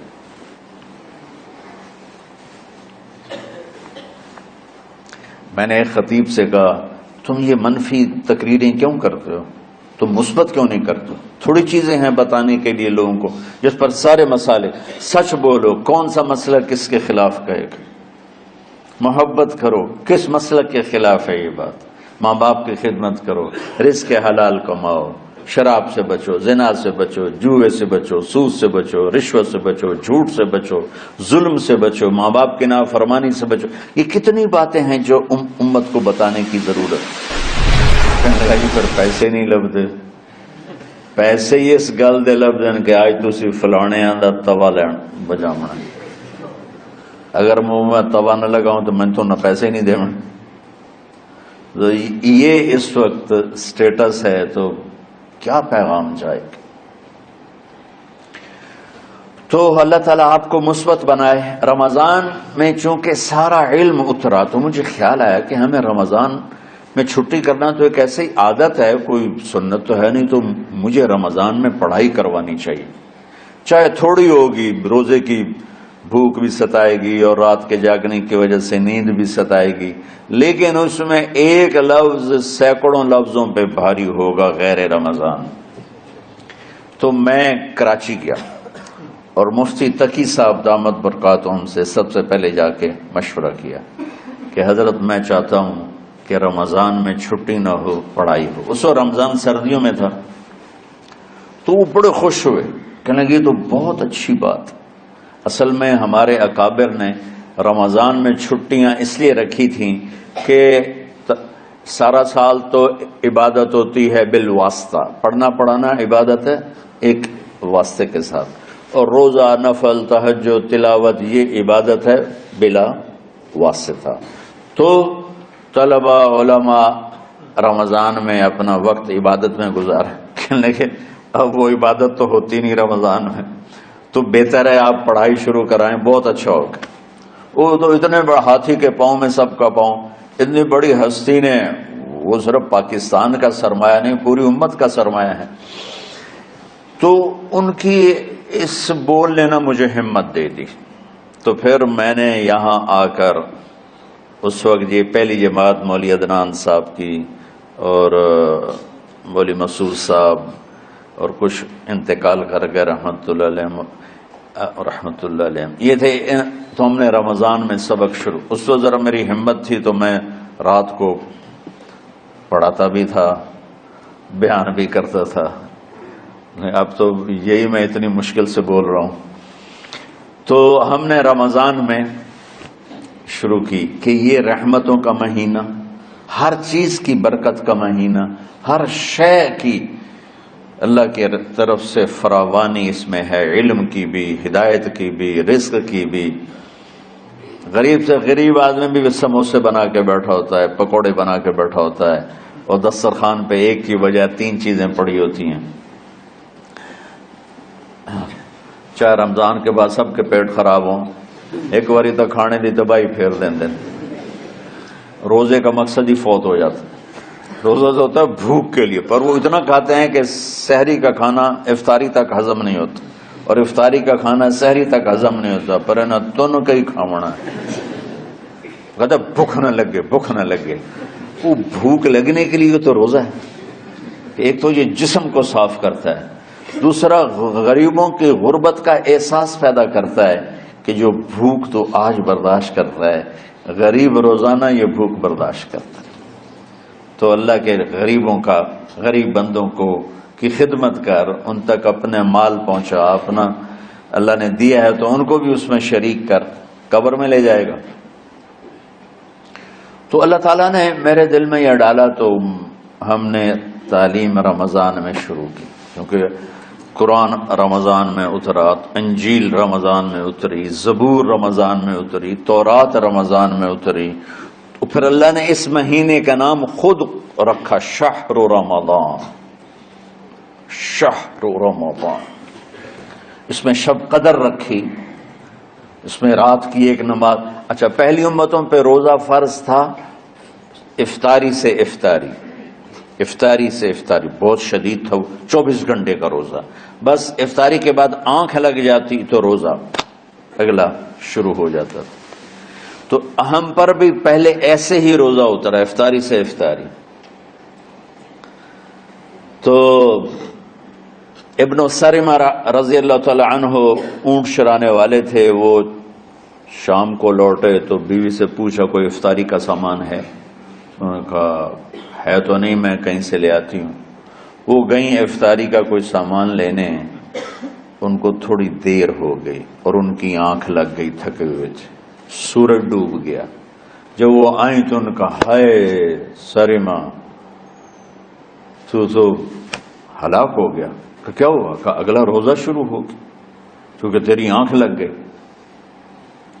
تو انہوں نے کہا چلو کوئی بات نہیں، لیکن ظہر کے وقت بے ہوش ہو گئے۔ ایک روایت میں آتا ہے نماز پڑھنے آئے اور گر گئے، اور ایک میں آتا ہے گھر میں بے ہوش ہوئے۔ تو جو بھی صورتحال تھی اللہ کے نبی کو پتہ چلا۔ کیا ہوا سرمہ کو؟ کہا جی وہ افطاری کر نہیں سکے تو روزہ شروع ہو گیا تو بے ہوش ہو گئے۔ تو اللہ کے نبی رنجیدہ ہوئے، تو اللہ تعالیٰ نے قرآن اتار دیا، چلو میرے محبوب ساری رات کھاؤ، حتی یتبین لکم الخیط الابیض من الخیط الاسود من الفجر، کہ میرے محبوب صبح صادق تک آپ کی امت کو اجازت ہے، کھاؤ۔ پہلی امتوں پر افطاری سے افطاری، لیکن ان کی نماز تراویح نہیں تھی، تو ہمیں اللہ تعالیٰ نے دیا سحری تک، پوری رات۔ اچھا، ایک صحابی آئے، یا رسول اللہ میں تو مارا گیا۔ آپ نے کہا کیا ہوا؟ کہا میرا روزہ تھا، میں بیوی کے پاس چلا گیا۔ آپ نے کہا تو پھر تو غلام آزاد کر، کفارہ دے۔ کہا جی میں تو خود غریب آدمی ہوں، غلام کہاں سے آزاد کروں، خریدنا پڑے گا۔ آپ نے کہا 60 مسکینوں کو کھانا کھلا۔ کہ میں آپ مسکین ہیں، میں کینوں کھانا کھلاؤں؟ آپ نے فرمایا پھر آخری ہے کہ 60 روزے مسلسل رکھنے ہوتے ہیں جو کفارے کے ہوتے ہیں۔ وہ کہنے لگا ایک روزے چاہے کم کیتا ہے 60 روزے جو میں کی کروں گا۔ تو آپ نے فرمایا اچھا ٹھیک ہے بیٹھ جا۔ بیٹھ گئے۔ تھوڑی دیر ہوئی تو ایک انصاری صحابی کھجوروں کا ٹوکرا لے کر رکھے، یا رسول اللہ یہ صدقے کی کھجوریں ہیں، تقسیم فرما دیں۔ تو آپ نے فرمایا بھائی وہ کدھر ہو؟ کہا جی بیٹھا ہوں۔ آپ نے کہا ادھر آ، یہ کھجوریں لے جا اور 60 گھروں میں تقسیم کر دے۔ سبحان اللہ، اللہ نے اس امت کو لاڈ لڈائے ہیں، یہ اللہ کی لاڈلی امت۔ عجیب واقعہ یہ، کہنے لگا یا رسول اللہ کی قسم مدینے میں مجھ سے غریب کوئی نہیں، آپ ایسا کرو یہ میرا کفارہ مجھے ہی صدقہ کرو۔ تو آپ اتنا ہنسے کہ یہ آخری دانت نظر آنے لگے۔ بہت کم ایسا ہوتا تھا فضحك حتى بدت نواجذه، ایسا ہنسنا آپ کبھی کبھی ہنستے تھے کہ آخری دانت پورا منہ کھل جائے، تو آپ اتنا ہنسے کہ آخری دانت تک نظر آنے لگے۔ تو آپ نے کہا اچھا جا لہ جا تیرے واسطے، لیکن یہ صرف تیرے لیے اور کسی کے لیے نہیں ہے۔ تو جب ایسی خیانت ہوئی تو اللہ تعالیٰ نے دوسرا حکم بھی اتار دیا، باشروہن، کہ تمہارے لیے بیوی بھی حلال ہے، کھانا بھی حلال ہے جب تک صبح صادق نہیں ہو جاتی۔ لیکن اللہ نے ہمیں ایک نماز عطا فرما دی جس کو ہم آج صلاۃ التراویح کہتے ہیں۔ میرے نبی کے زمانے میں اسے قیام اللیل کہا جاتا تھا۔ تراویح کا نام کب پڑا اس کا تو مجھے پتہ نہیں، کہیں نہ کہیں لکھا ہوگا، لیکن صحابہ کے دور میں اس نماز کا نام تھا قیام اللیل۔ اس لیے حضرت عائشہ رضی اللہ تعالیٰ عنہ کی روایت ہے جس سے 8 رکعت والے حضرات استدلال کرتے ہیں کہ رمضان اور غیر رمضان میں اس کو امام بخاری نے قیام اللیل کا ہی عنوان دیا ہے، آپ نے 11 رکعت سے زیادہ نماز نہیں پڑھی۔ ایک ضعیف روایت میں ہے کہ آپ نے 3 دن پڑھائی نماز، یہ تو صحیح روایت ہے۔ کتنی رکعت پڑھائی؟ تو ایک ضعیف روایت میں ہے کہ 20 رکعت پڑھائی۔ اچھا، ضعیف روایت سے عبادت ثابت نہیں ہو سکتی حکم شرعی۔ تو جب حضرت عمر رضی اللہ تعالیٰ عنہ نے سب کو، اب میرے نبی کے دور میں 3 دن کے بعد آپ تو آئے نہیں کہ کہیں فرض نہ ہو جائے، تو صحابہ اپنے طور پر قرآن سنتے تھے ٹولیوں میں۔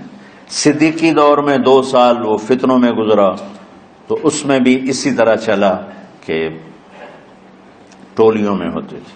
حضرت عمر رضی اللہ عنہ کے زمانے میں حکومت مضبوط ہو گئی، طاقتور ہو گئے، تو ابتدائی سالوں میں نہیں، چند سالوں کے بعد اب مسجد میں تشریف لائے تو لوگ اس طرح کوئی 4 ادھر 4 ادھر 5 ادھر 10 ادھر 20 ادھر، تو کہنے لگے ان کو ایک امام پہ جمع کر دیا جائے تو کتنا اچھا ہوگا۔ تو آپ نے سب کو اکٹھا کیا اور ابی بن کعب رضی اللہ تعالیٰ عنہ کو امام بنایا اور سب کو ایک نماز پہ جمع کر کے 20 رکعت کا حکم عطا فرمایا۔ تو حضرت عمر کا یہ عمل اس حدیث کو مضبوط کر دیتا ہے کہ چونکہ میرے نبی نے کہا علیکم بسنتی و سنت الخلفاء الراشدین من بعدی، کہ میری اور میرے خلفاء راشدین کی سنت پر مضبوطی سے عمل کرنا۔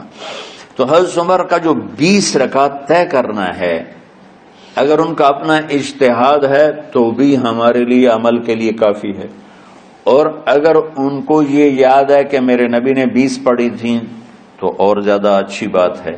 لیکن بہرحال جو 8 پڑھتا ہے ہمارا اس پہ بھی کوئی اعتراض نہیں، چونکہ وہ بھی حدیث کے ساتھ بات کرتا ہے، اور باقی پوری امت 20 پڑھتی ہے ان پر بھی اعتراض نہیں۔ میں ایک جگہ سے گزر رہا تھا، نماز کا وقت ہو گیا، اہل حدیث کی مسجد تھی، میں وہاں نماز پڑھنے چلا گیا تو ایک بہت بڑا اشتہار لکھا ہوا تھا 20 تراویح ثابت کرنے والے کو 5 لاکھ روپے انعام۔ کہ کس قدر بے وقوفی ہے اور کس قدر احمقانہ یہ امت کی باتیں ہیں۔ کہ 20 تراویح، سینکڑوں سال سے امت کا عمل 20 تراویح آ رہا ہے۔ تراویح کا نام جو پڑھا مجھے یوں لگتا ہے کہ اہل مکہ، یعنی اہل مکہ جو تھے نا، وہ 4 تراویح پڑھ کے ایک طواف کرتے تھے، تو وہ آرام کے لیے ہوتا، ترویحہ آرام، تھوڑی دیر کا آرام، تو 4 تراویح کے بعد ایک طواف کرتے تھے۔ وہ چھوٹا سا طواف 10 منٹ میں ختم ہو جاتا تھا، اور پھر 4 تراویح پڑھتے تھے، پھر طواف کرتے تھے، پھر 4 پڑھتے تھے، پھر طواف کرتے تھے۔ یہ صحابہ کے تھوڑے بعد کے دور کی بات۔ تو مدینے والوں کو پتا چلا کہ مکے والے تو یہ کرتے ہیں، وہ کہنے لگے اساں کی کریے؟ انہوں نے کہا اسی 40 تراویح پڑھیں گے، 40 رکعت۔ وہ 40 رکعت پڑھتے تھے۔ تو نوافل میں کوئی سختی نہیں کہ بھائی 8 سے زیادہ نہیں پڑھنی، بدعت ہو جائے گی، اور 20 پڑھنا بدعت ہے، یہ سب جہالت کی بات ہے۔ اور یہ 8 پڑھ رہے ہیں یہ غلط ہے، یہ بھی حماقت کی بات ہے۔ جو صحیح حدیث سے دلیل پکڑ کے کوئی عمل کرتا ہو تو بھائیو اس سے بحث نہ کیا کرو، مناظرہ نہ کیا کرو، یہ بہت نادانی والی بات۔ اور امت کا خلق لاکھوں کروڑوں انسانوں کا ایک عمل پہ جمع ہونا، یہ بذات خود اس کی طاقت کی ایک دلیل۔ اور حرمین جب سے میرے رب نے حضرت عمر نے 20 رکعت شروع کی، آج تک وہاں بھی ساری مساجد میں 8 رکعت تراویح ہوتی ہے، لیکن حرمین کی مسجد میں 20 رکعت، ادھر بھی ادھر بھی۔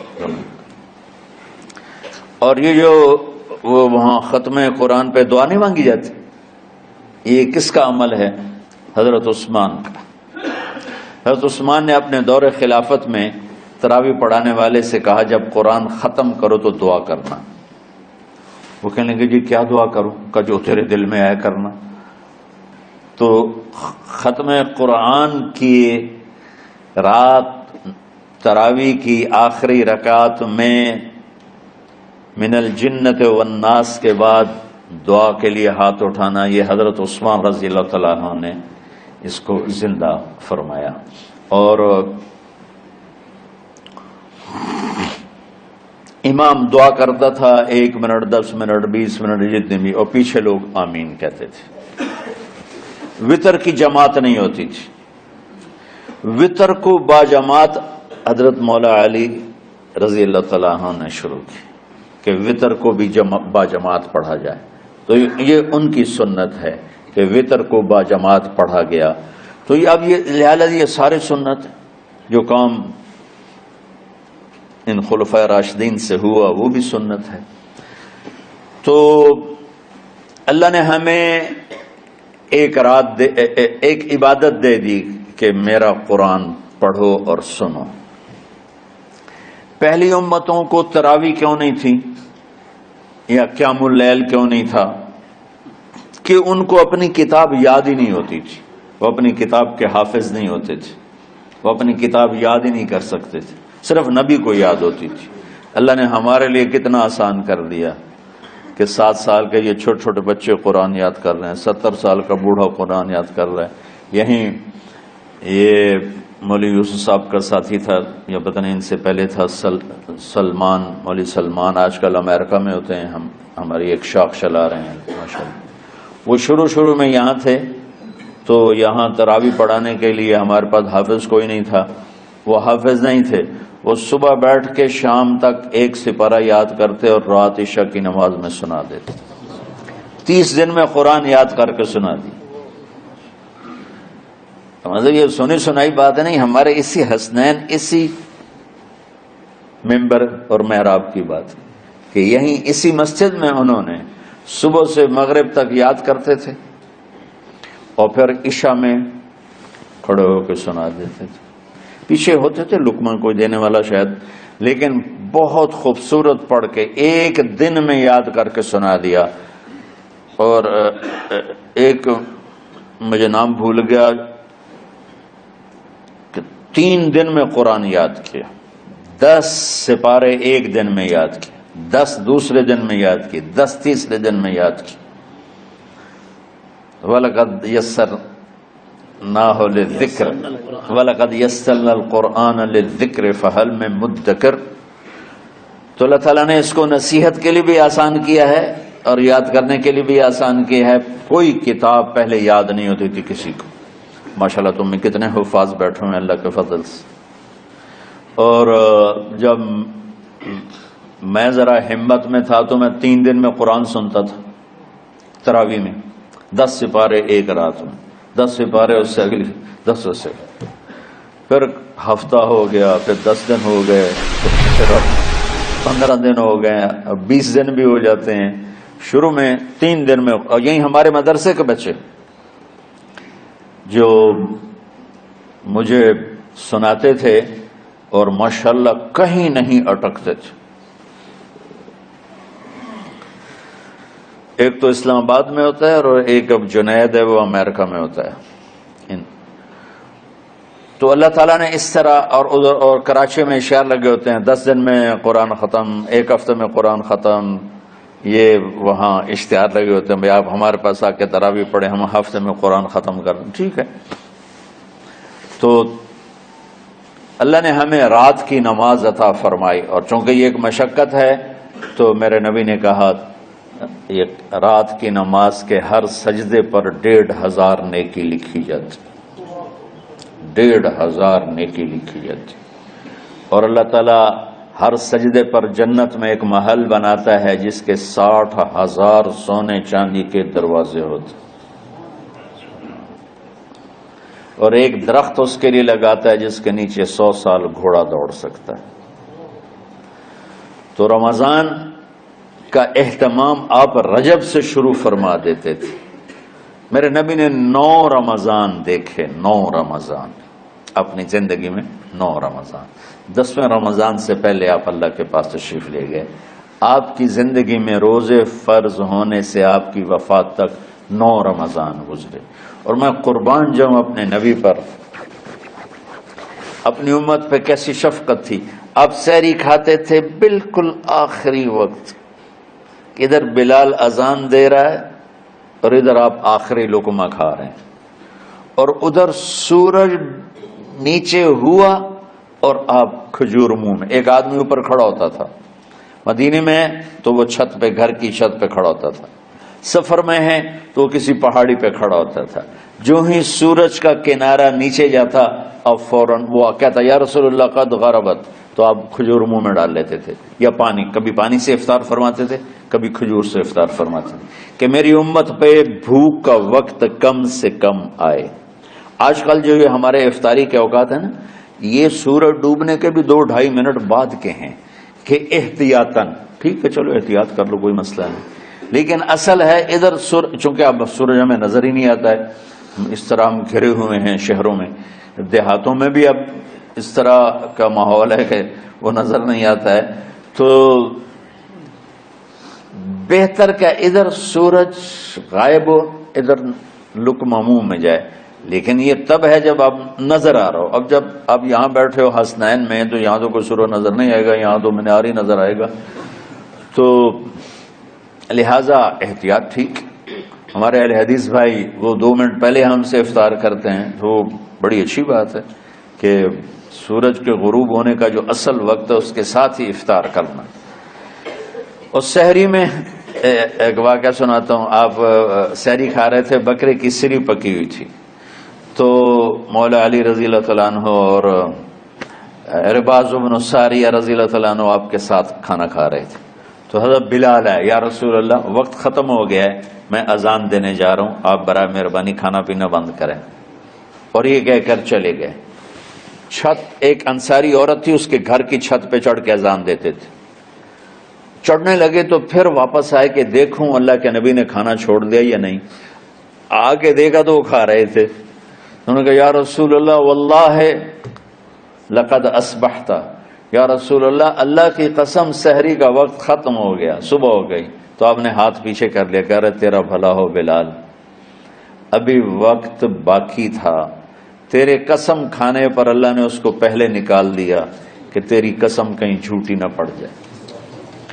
تو حضرت علی نے فرمایا کہ اگر بلال قسم نہ کھاتے تو جب تک میرے نبی کھاتے رہتے صبح صادق نہیں ہونی تھی. تو بالکل آخری وقت میں آپ کھاتے تھے. تاکہ کم سے کم وقت امت پہ بھوک کا آئے. تو اللہ تعالیٰ آپ کے علم میں برکت دے. رمضان علم کا مہینہ ہے، سونے کا نہیں ہے، کھانے کا نہیں ہے، سموسے پکوڑے کا نہیں ہے. رمضان علم کا مہینہ ہے. تو پھر بیچ میں گرمیاں آ گئیں تو بچے، آج کل کی جوانیاں ڈالڈا گھی کی ہیں، تو ان کی ہمتیں ہی پست ہو گئیں، راتیں چھوٹی ہو گئیں، گرمی زیادہ ہو گئی، اور ادھر بجلی کی لوڈ شیڈنگ، تو طلبہ کی ہمتیں جواب دے گئیں. تو پھر ہم نے مجبور ہو کر رمضان میں چھٹیاں کر دیں. چلو ٹھیک ہے بھائی، باقی کی چھٹی کر. تو اب جب دوبارہ تھوڑا سا موسم ٹھنڈک کی طرف گیا اور رات کچھ تھوڑی لمبی ہونے لگی تو ہیں جو ابھی ٹھنڈ ہوئی ہے اس کے بارے میں سمجھ رہے ہیں، صاحب کا بتا رہے ہیں آپ. ابھی تو ٹھنڈ نہیں ہوئی. نہیں، مئی میں روزے آ رہے ہیں نا. گرمی تو ہے لیکن وہ جون والے روزے تو نہیں ہیں نا، جون کے روزے. آپ لوگ جوانوں، میرے جیسا کوئی آدمی کرے عذر بہانا تو ٹھیک ہے. ایک دفعہ نا ہمارے 3 سال مسلسل فصلیں برباد ہو گئی اور ہم بہت سارے مقروض ہو گئے، اور تقریباً 99% ذمہ داروں کے پاس پیسہ جمع نہیں ہوتا. تازہ ہی لگتا ہے، آتا جاتا ہے. جو بالکل بخیل ہوتے ہیں اور مہاشوم ہوتے ہیں وہ کوئی پیسے بچا لیں تو الگ بات ہے. تو خطرہ یہ ہوا کہ اب اگر فصل اچھی نہ ہوئی تو زمین بیچنی پڑے گی قرضہ اتارنے کے لیے. تو میں نا رائمنڈ سے بیمار ہو کے 4 مہینے کی چھٹی پر گھر آیا ہوا تھا. پہلی دفعہ مجھے 4 مہینے کی چھٹی ملی، یہ 86 کی بات. تو اوپر سے کپاس کی فصل کا موسم آ گیا. تو میں نے اپنے والد صاحب سے اجازت مانگی کہ اگر آپ اجازت دیں تو اس دفعہ میں کاشت کروا لوں. کہنے کہ کروا لوں. تو ادھر کپاس کی کاشت شروع ہوئی، ادھر روزے شروع ہو گئے. اب 15 ایکڑ کے پلاٹ تھے،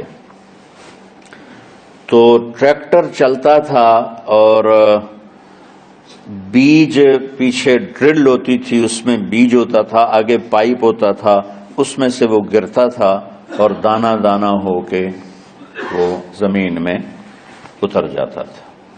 لیکن کبھی ایسا ہوتا تھا کہ چونکہ اس پر ریشے ہوتے ہیں بیج پر، تو وہ پورا ایک گچھا بیج کا پائپ میں آ جاتا تھا،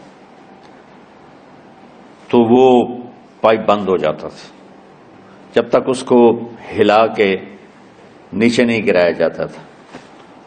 تو لہذا وہ پوری لائن بیج گرتا ہی نہیں تھا. تو اس کے لیے 2 آدمی ٹریکٹر کے ساتھ پیچھے دوڑتے تھے سوٹی لے کر، کہ جہاں وہ گچھا کٹھا ہوا انہوں نے ایسے زور سے سوٹی ماری، وہ گچھا کھل گیا. میرے ملازم روزے کے بغیر ہوتے تھے، میں روزہ رکھ کے 15 ایکڑ دوڑتا تھا جون میں، مئی میں. اور میں نوکروں پہ اعتبار نہیں کرتا تھا کیونکہ معاملہ تو بہت حساس ہو چکا تھا کہ یا ادھر یا ادھر ایسا سیزن آ رہا ہے.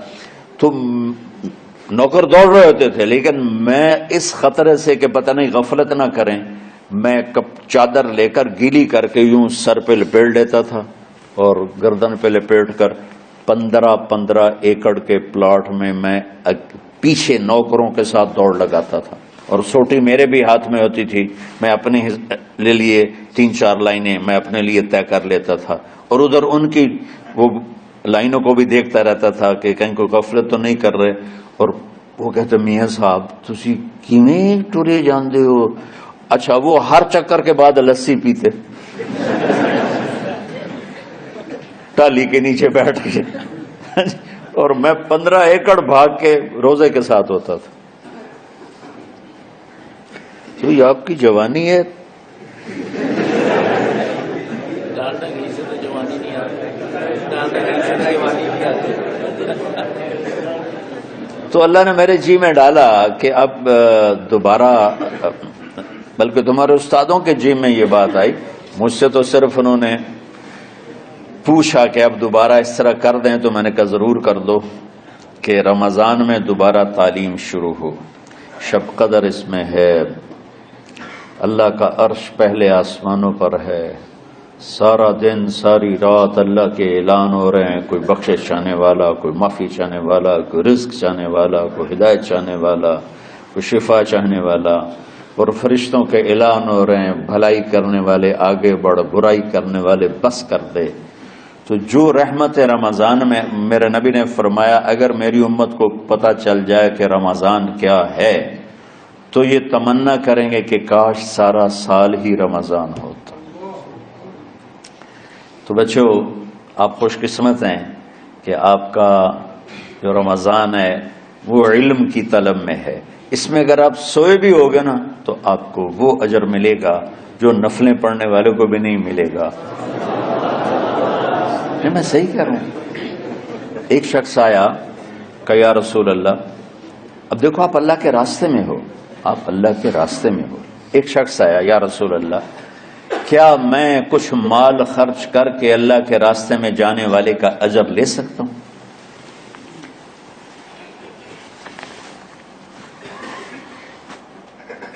من خرج فی طلب العلم فہو فی سبیل اللہ.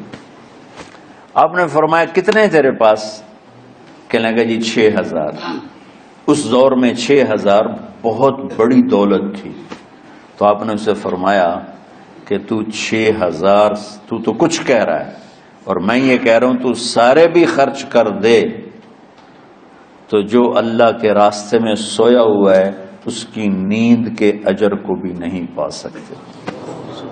تو آپ سب اللہ کے راستے میں، آپ طلب علم میں، میرے رب کی قسم آپ سوئے بھی ہوگے تو آپ کو وہ اجر مل رہا ہوگا جو مجھے گھر میں نفل پڑھنے پر بھی نہیں مل رہا ہوگا. تو تھوڑی مشقت تو بڑھ جاتی ہے. سبق رات کو ہوتے ہیں اور پھر سحری کر کے اور فجر کی نماز کے بعد آرام ہوتا ہے، تھوڑی روٹین تبدیل ہوتی ہے، لیکن یہ دنیا مشقت کی اٹھانے کی جگہ ہے. بس رمضان کی سب سے بڑی تیاری کیا ہے کہ اپنے دلوں کو صاف کر لو پہلے سے. شعبان کی سب سے بڑی تیاری کیا ہے کہ اپنے دلوں کو صاف کر لو، کہ جس دل میں نفرت ہو، بغض ہو، کسی کے لیے غصہ ہو، کسی کے لیے کیا کیا جذبے ہوں، دل صاف کرنا. ہمارے گھروں میں روزانہ جھاڑو ہوتا ہے، یہاں مدرسے میں روزانہ صفائی ہوتی کہ نہیں ہوتی؟ چونکہ دنیا کی اصل گندگی ہے تو جھاڑو ہاتھ سے نہیں چھوٹ سکتا. حرم شریف میں دیکھا کیسے چاروں طرف خدام پھر رہے ہوتے ہیں برش لے کر. یہ تمہارے مولوی شاہد صاحب بھی ایک دفعہ وہاں خدام حجاج میں گئے تھے، میں نے ان کے ہاتھ میں برش دیکھا. وہی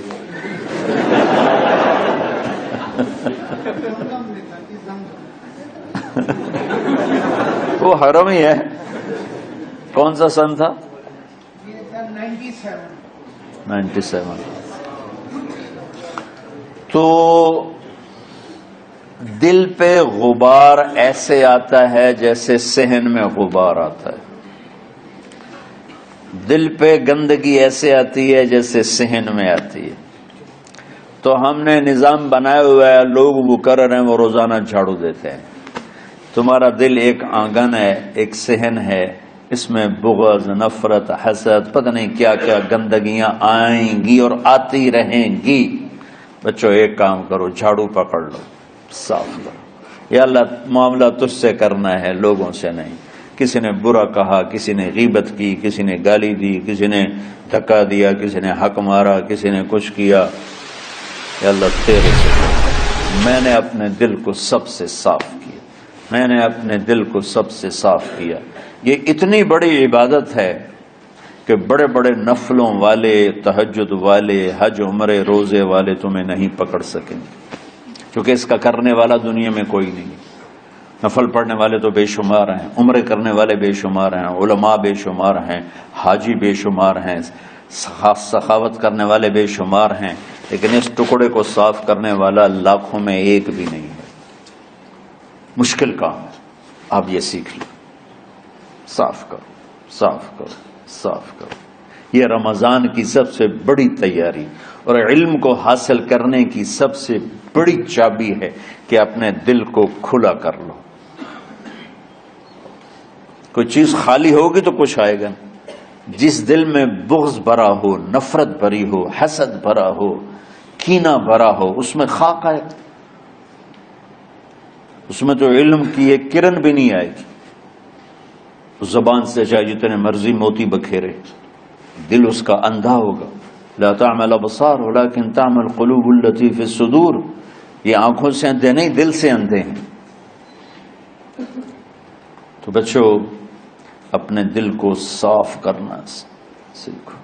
وہ کتنی مشہور حدیث ہے، آپ نے کہا اس دروازے سے ایک جنتی آ رہا ہے، تو ایک انصاری صحابی داخل ہوئے، جوتا ہاتھ میں، داڑھی میں وضو کا پانی۔ اگلے دن اس دروازے سے ایک جنتی آ رہا ہے، تو ایک صحابی آئے، ہاتھ میں جوتا، داڑھی میں وضو کا پانی، وہی صحابی۔ اگلے دن اس دروازے سے ایک جنتی آ رہا ہے، تو وہی صحابی 3 دن جنت کی بشارت لی۔ اس صحابہ کی جماعت میں ایک شخص ہیں جن کا نام ہے عبداللہ بن عمر بن عاص۔ ان سے بڑا عبادت گزار صحابہ میں کوئی نہیں تھا، نہ سابقین میں نہ متاخرین میں، نہ پہلوں میں نہ بعد والوں میں۔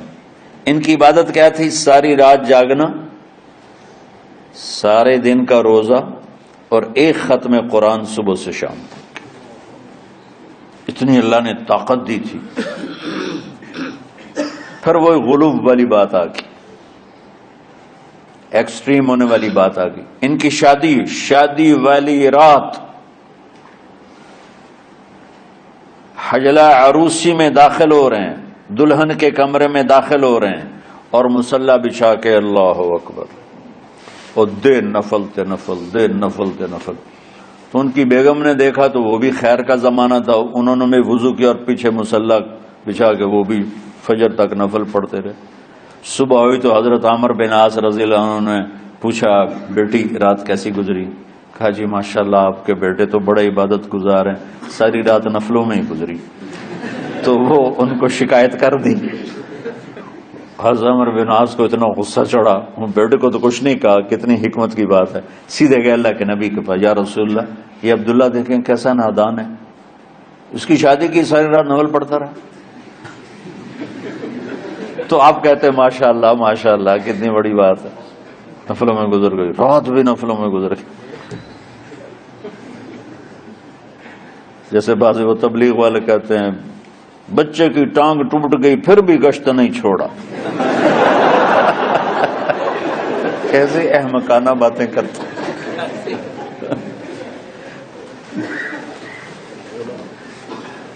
تو آپ نے حضرت عبداللہ بن عمر کو بلا کے ڈانٹا کہ تو نے مہینے میں 3 دن روزے رکھنے ہیں، بس اس سے زیادہ نہیں رکھنے، اور ہفتے میں 1 قرآن ختم کرنا ہے۔ کہا یا رسول اللہ میرے اندر طاقت زیادہ ہے۔ پھر اچھا 15 دن روزے رکھنے، کہنے میرے اندر طاقت زیادہ ہے۔ آپ اس کو تھوڑا تھوڑا کر کے گھٹاتے رہے، اور وہ ہر دفعہ نہیں یا رسول اللہ میرے اندر طاقت زیادہ ہے۔ تو آخر میں آپ نے کہا اچھا چلو صوم داؤدی پہ آ جاؤ، 1 دن روزہ رکھو، 1 دن افطار کرو، اور 3 دن سے پہلے قرآن ختم نہیں کرنا۔ تو آپ نے اس کو پیچھے کیا۔ یہ بیٹھے تھے اس محفل میں، ان کے دل میں آیا کیا یہ بزرگ مجھ سے زیادہ عبادت کرتا؟ رات میں ساری جاگتا ہوں، دن روزہ رکھتا ہوں، 1 ختم کرتا ہوں، تو جنت کی بشارت تو مجھے ملنی چاہیے تھی، ان کو کیسے مل رہی؟ یہ کسی کتاب میں نہیں لکھا کہ یہ ان کا جذبہ تھا، لیکن جو کہ میں ان کی سیرت کو جانتا ہوں تو مجھے خیال آتا ہے کہ ان کی نفسیات میں یہ بات آئی ہوگی، چونکہ صرف انہی کو خیال آیا کہ میں جا کے دیکھتا ہوں کہ یہ بزرگ کیا کرتے ہیں، تو ان کے پاس پہنچ گئے. چاچا، ذرا وہ ادھیڑ عمر تھے، چاچا وہ میرے ابا تھوڑے ناراض ہیں تو کچھ دن آپ کے پاس گزارنا کا، بیٹا بسم اللہ آ جاؤ. اب رات ہوتے ہی شاید تو کہنے لگے بیٹا ادھر آنا. واپس آ گئے. کہا میں تمہیں اصل راز کی بات بتاتا ہوں. کہا کیا ہے کیا ہے؟ تو یہاں ہاتھ رکھا، کہا یہ جو دل ہے نا اس میں کسی انسان کی نفرت نہیں.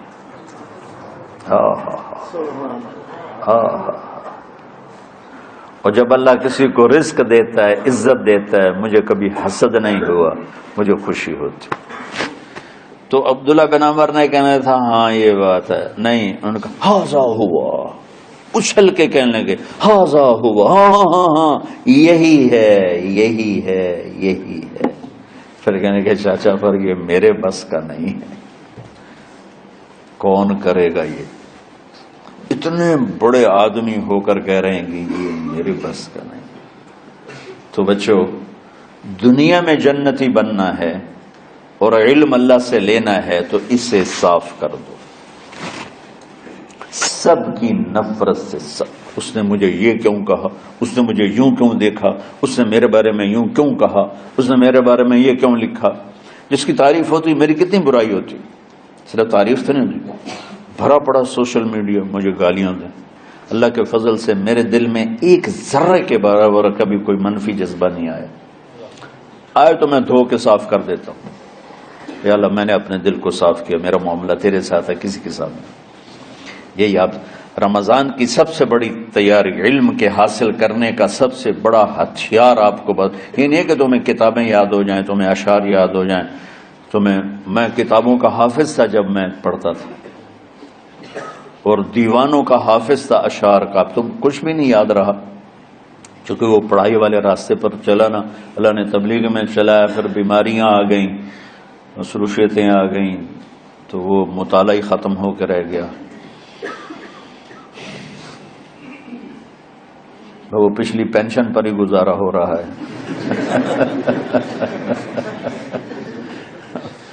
پڑھنے کی آج تمہاری برکت سے 2 گھنٹے ہو گئے، ورنہ میں ساری رات جاگا ہوں، نیند نہیں آئی. ساری رات 1 سیکنڈ نہیں سویا.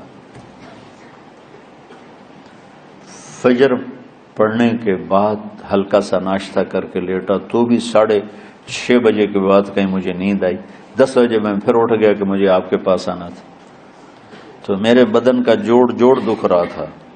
میرا خیال تھا 1 گھنٹہ بات کر کے فارغ ہو جاؤں گا، لیکن 2 گھنٹے اللہ نے آپ کی روحانیت متوجہ ہوتی رہی،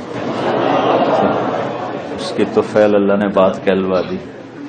تو ساری امت سے کہتا ہوں رمضان کا استقبال کرو، دلوں کو صاف کر کے، نفرتوں کو مٹا کے، مذہبی نفرت، دنیاوی نفرت، رشتوں کی نفرت، بول چال کی نفرت، سیاست کی نفرت، لین دین کی نفرت، ان سب سے اپنے دل کو صاف کرو تاکہ رمضان میں اللہ نے علم اتارا، اللہ تعالیٰ آپ کو علم عطا فرمائے. اور باقی لوگ جو عام دنیا میں زندگی گزار رہے ہیں ان کے دلوں میں اللہ رمضان کا نور اتارے اور ہدایت کا نور اتارے. یہ سب سے بڑی تیاری ہے اس کی. اور آپ میں جو حفاظ ہیں وہ ترتیب بناؤ، آپ کے اعزازے بنائیں گے. آپ الگ الگ اپنا یہاں ٹولیوں میں بٹ کے، جیسے ماشاءاللہ پہلے ہوتا تھا، اپنا قرآن سناؤ. 10 دن میں سناؤ، ہفتہ میں سناؤ، 20 دن میں سناؤ، 3 دن میں سناؤ، تمہاری مرضی ہے. لیکن یہاں فضا بنے، چاروں طرف قرآن پڑھا جا رہا ہو. پہلے ہر کمرے میں ماشاءاللہ قرآن، میں تو خود آیا کرتا تھا رات کو، تو ہر کمرے سے قرآن کی آواز آ رہی ہوتی. پھر اوپر جاتا تو چھت پر کتنی ماشاءاللہ چھوٹی چھوٹی جماعتیں بنی ہوتی تھی، ہر طرف قرآن گونج رہا ہوتا تھا. تو ایسے صرف دیکھ کر ہی ایمان تازہ ہو جاتا تھا. تو جو آپ میں حفاظ ہیں وہ غافل نہ ہونا کہ نو جی میری تو اب یاد نہیں ہے. بھول گئے تو الگ بات ہے، کوئی کچا پکا ہے تو اس کے لیے تیاری کر کے سناؤ، کسی اچھے حافظ کو ساتھ لے کر کچھ وہ سنائے، کوئی یہ سنائے، اس طرح کر کے کوئی ضروری نہیں تراویح میں ہی ختم ہو، نفلوں میں اسے کر لو، لیکن حفاظ کوشش کرو کہ قرآن زبان سے ادا ہو جائے۔ رمضان میں جو قرآن سناتا رہتا ہے اسے ساری زندگی قرآن یاد رہتا ہے، اور کسی سے گلہ ہے، غصہ ہے، ناراضگی ہے، کسی سے بولتے نہیں ہو۔ ابھی سے شعبان آ چکا ہے، آپ شعبان سے رمضان کی تیاری شروع فرما دیتے تھے، تو اس کی تیاری کیا ہے؟ وہ دلوں کو صاف کرو، معاف کرو، معافی مانگو، تمہارا قصور نہیں پھر بھی معافی مانگ لو، دلوں کو صاف کرو، اور اللہ سے سخاوت مانگو کہ اللہ کو سخی بھی پسند ہے اور صاف دل والا بھی پسند ہے۔ تو انشاءاللہ اگر اس طرح آپ کی تعلیمی سرگرمیاں بھی رہیں اور رمضان کا روزہ بھی ہوا اور دل صاف بھی ہوا، تو انشاءاللہ اللہ آپ کے دل کو ایمان اور علم کے نور سے بھر دے گا۔ سارے بچے اس کی نیت کرتے ہو نا؟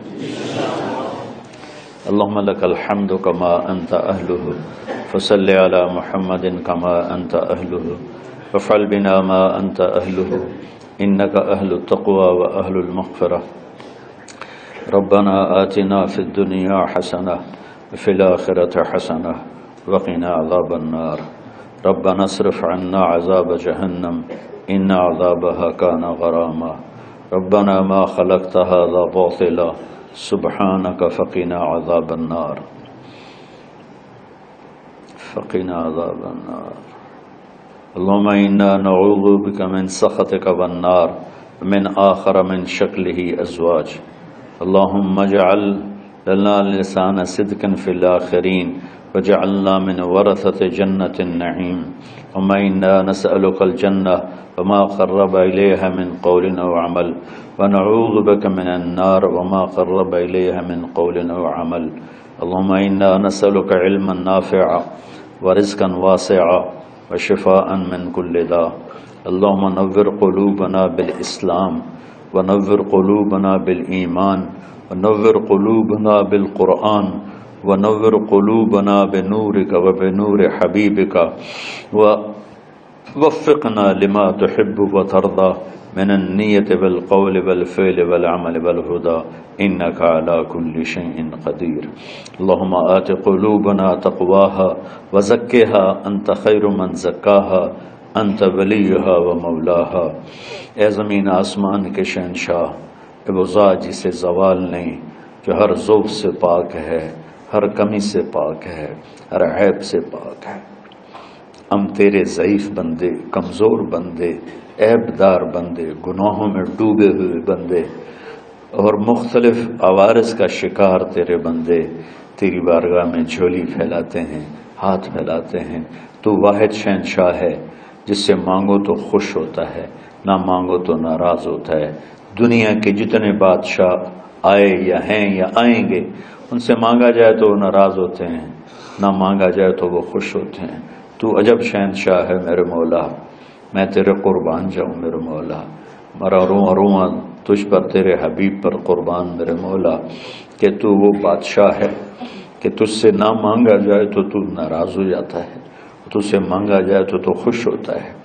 ہمارا چہرہ تو نہیں ہے کچھ مانگنے کا، ہمارے ہاتھ تو نہیں ہے پھیلانے کے، ہماری جھولی تو نہیں ہے پھیلانے کے قابل، کہ ہمارا وجود بھی گناہوں سے گندا ہے، ہماری آنکھیں، ہمارے کان، ہمارا دماغ، ہمارے دل، ہمارے ہاتھ، ہمارے جسم کا ایک ایک بال میرے رب غفلت میں، گناہوں میں جکڑا ہوا ہے۔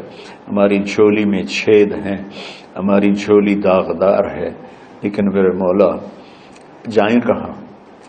تیری سوا کوئی جگہ ہے تو پھر بتا دے، تیری سوا کوئی اور ہے تو بتا دے۔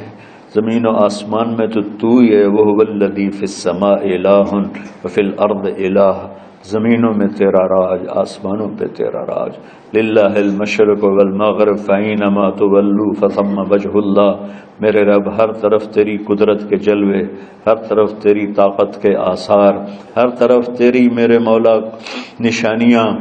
سنريهم آياتنا في الآفاق وفي أنفسهم حتى يتبين لهم أنه الحق، میرے مولا ذرہ ذرہ تیری ذات پر دلالت کرتا ہے، ایک حقیر سی چونٹی بھی بتاتی ہے کہ تو ہے، صرف ہمالیہ پہاڑ نہیں بتاتا کہ تو ہے، صرف زمین آسمان سورج چاند ستارے نہیں بتاتے کہ تو ہے، تیری عزت کی قسم یہ چھوٹا سا مچھر بھی بتاتا ہے کہ اس کا بنانے والا کوئی بہت بڑا طاقتور ہے، اور ایک چونٹی چلتے ہوئے بتاتی ہے کہ اس کا بنانے والا کوئی بہت بڑا طاقتور ہے۔ میرے آقا، یہ سب بچے تیرے علم کی طلب میں آئے ہیں، اور یا اللہ یہ سب تیرے راستے میں ہیں۔ یا اللہ انی اتوسل بہم الیک، انی اتوسل بہم الیک، انی اتوسل بہم الیک۔ یا اللہ ان بچوں کی قربانی، ان کی طلب علم، ان کی راتوں کا اٹھنا، اس کے طفیل یا اللہ تو ہمارے سینوں کو علم کے لیے کھول دے۔ مجھے بھی اپنے خزانوں سے علم عطا فرما، ان بچوں کو ان کے استادوں کو علم عطا فرما، اور علم نافع عطا فرما، علم شر سے حفاظت فرما، انہیں پوری امت کے لیے ہدایت کا ذریعہ بنا، پوری انسانیت کے لیے ہدایت کا ذریعہ بنا میرے مولا، اور پوری امت کی حفاظت فرما، اور ہمارے دیس کی حفاظت فرما۔ یا اللہ یہ دیس دشمنوں میں گھرا ہوا ہے، چاروں طرف سے یلغار ہے، اندر بھی باہر بھی، اور تیرے سوا کوئی حفیظ نہیں۔ تو ہی ہے جس نے آگ کو ٹھنڈا کیا حضرت ابراہیم پر، اور موسیٰ کے لیے علیہ السلام کے لیے سمندر کو پھاڑا، اور مچھلی کے پیٹ میں اپنے بندے یونس کو بچایا، اور چھری کے نیچے سے تو نے اسماعیل کو بچایا۔ میرے مولا تیری قدرتوں کی انتہا نہیں، یہ دیس تیرے نام پہ بنا تھا، لا الہ الا اللہ پہ بنا تھا۔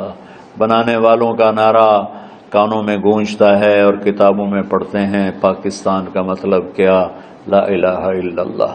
یا اللہ اس پورے زمانے میں 2 ریاستیں تیرے نام پہ بنی، ایک مدینہ کی ریاست اور ایک پاکستان کی ریاست، لیکن میرے مولا ہم نے تیری اس نعمت کو بہت گندا کر دیا، غلیظ کر دیا، ظلم سے بھر دیا، قتل سے بھر دیا، چوری سے بھر دیا، ڈاکے سے بھر دیا، جوئے شراب زنا سے بھر دیا، نہ سود سے بھر دیا، کھوٹ سے بھر دیا، بددیانتی سے بھر دیا، ماں باپ کی نافرمانی سے اسے گندا کر دیا، ظلم و ستم گالی گلوچ سے، نمازیں چھوڑ کر، روزے چھوڑ کر۔ یا اللہ لیکن اس کے باوجود وہ لوگ جنہوں نے اس کے لیے قربانیاں دی تھیں، اور 6 لاکھ انسان ذبح ہوئے تھے، وہ سارے مخلص تھے، ان کا خون تیرے نام پہ بہا تھا۔ ان کی طفیل میرے مولا اس ملک کی حفاظت فرما، اس کے حکمرانوں کی، اس کے تاجروں کی، اس کی فوج کی، اس کی پولیس کی، اس کے تمام سرکاری محکموں کی، اور تمام دنیاوی محکموں کی، اور تمام یا غیر سرکاری محکموں کی، اور بازاروں کی، اور کھیتوں کی، دیہاتوں کی، شہروں کی، چاروں صوبوں کی حفاظت فرما۔ یا اللہ اپنے خزانوں سے تو رزق کے دروازے کھول۔ ہمارا ملک پانی کی کمی کا شکار ہو رہا ہے، ہمیں وافر پانی عطا فرما۔ ہمارے اسباب و وسائل میں بہت کمی آ رہی میرے مولا، اپنی قدرت سے اپنے اس ملک کے لیے رزق کا، ہدایت کا دروازہ کشادہ فرما۔ یا اللہ جو اس کی دشمنی کرنے والے ہیں ان کو بھی ہدایت نصیب فرما، اور ان کے مقدر میں ہدایت نہیں تو ان کے شر سے اس کی حفاظت فرما۔ جتنے مدارس ہیں، جتنی خانقاہیں ہیں، جتنے تبلیغی مراکز ہیں، جتنے حفظ کے مکاتب ہیں، ان سب کی حفاظت فرما۔ علماء اہل حق کی حفاظت فرما، علماء اہل حق کی حفاظت فرما۔ یا اللہ صالحین کی حفاظت فرما۔ یا اللہ احفظنا من بین ایدینا ومن خلفنا وعن ایماننا وعن شمائلنا ومن فوقنا ونعوذ بعظمتك من ان نغتال من تحتنا۔ اللهم انا نعوذ بك من الاغتيال، اللهم انا نعوذ بك من ان نغتال من تحتنا۔ اللهم احفظنا من كل بلاء، اللهم احفظنا من كل شر ومن كل بلاء، وعافنا من كل شر ومن كل بلاء۔ یا اللہ تو پوری امت پہ کرم فرما، رحم فرما۔ یا اللہ پوری امت کا کہ خون کی، عزت کی، جان کی، مال کی، بچوں کی، بچیوں کی، عزتوں کی حفاظت فرما۔ پوری دنیا کے کفر کو ہدایت دے دے، پوری دنیا کے غیر مسلموں کو ایمان دے دے، امریکہ والوں کو ہدایت دے دے، افریقہ والوں کو ہدایت دے دے، یورپ والوں کو ہدایت دے دے، ایشیا والوں کو ہدایت دے دے، آسٹریلیا والوں کو ہدایت دے دے، جو تجھے نہیں پہچانتے انہیں اپنی پہچان کرا دے، ہمیں تو ذریعہ بنا لے ان تک اپنا پیغام پہنچانے کا اور تیرا تعارف کروانے کا، تو ہماری زندگی اس کے لیے قبول فرما لے، ان بچوں کو قبول فرما لے، انہیں ہدایت کے چراغ بنا، ہدایت کے سورج بنا، ان کو، ان کے والدین کو دنیا اور آخرت کی ہر خیر نصیب فرما، ان پڑھانے والوں کو، اس میں کام کرنے والوں کو، دنیا اور تمام شاخوں میں پڑھنے والے، پڑھانے والے، خدمت کرنے والے، کام کرنے والے، ان کے بچوں کی حفاظت فرما، ان کی دنیا بھی بھلی فرما، ان کی آخرت بھی بھلی فرما، اور یا اللہ امت کے جوڑنے کا مدرسۃ الحسنین کو ذریعہ بنا دے، امت کو جوڑنے کا مدرسۃ الحسنین کو ذریعہ بنا دے، یا اللہ جو ایمان پہ تیری بارگاہ میں پہنچ گئے ان کے درجے بلند فرما، ان کی قبریں روشن فرما، ہم جو پیچھے آ رہے ہیں میں عافیت والی، صحت والی، سہولت والی زندگی دے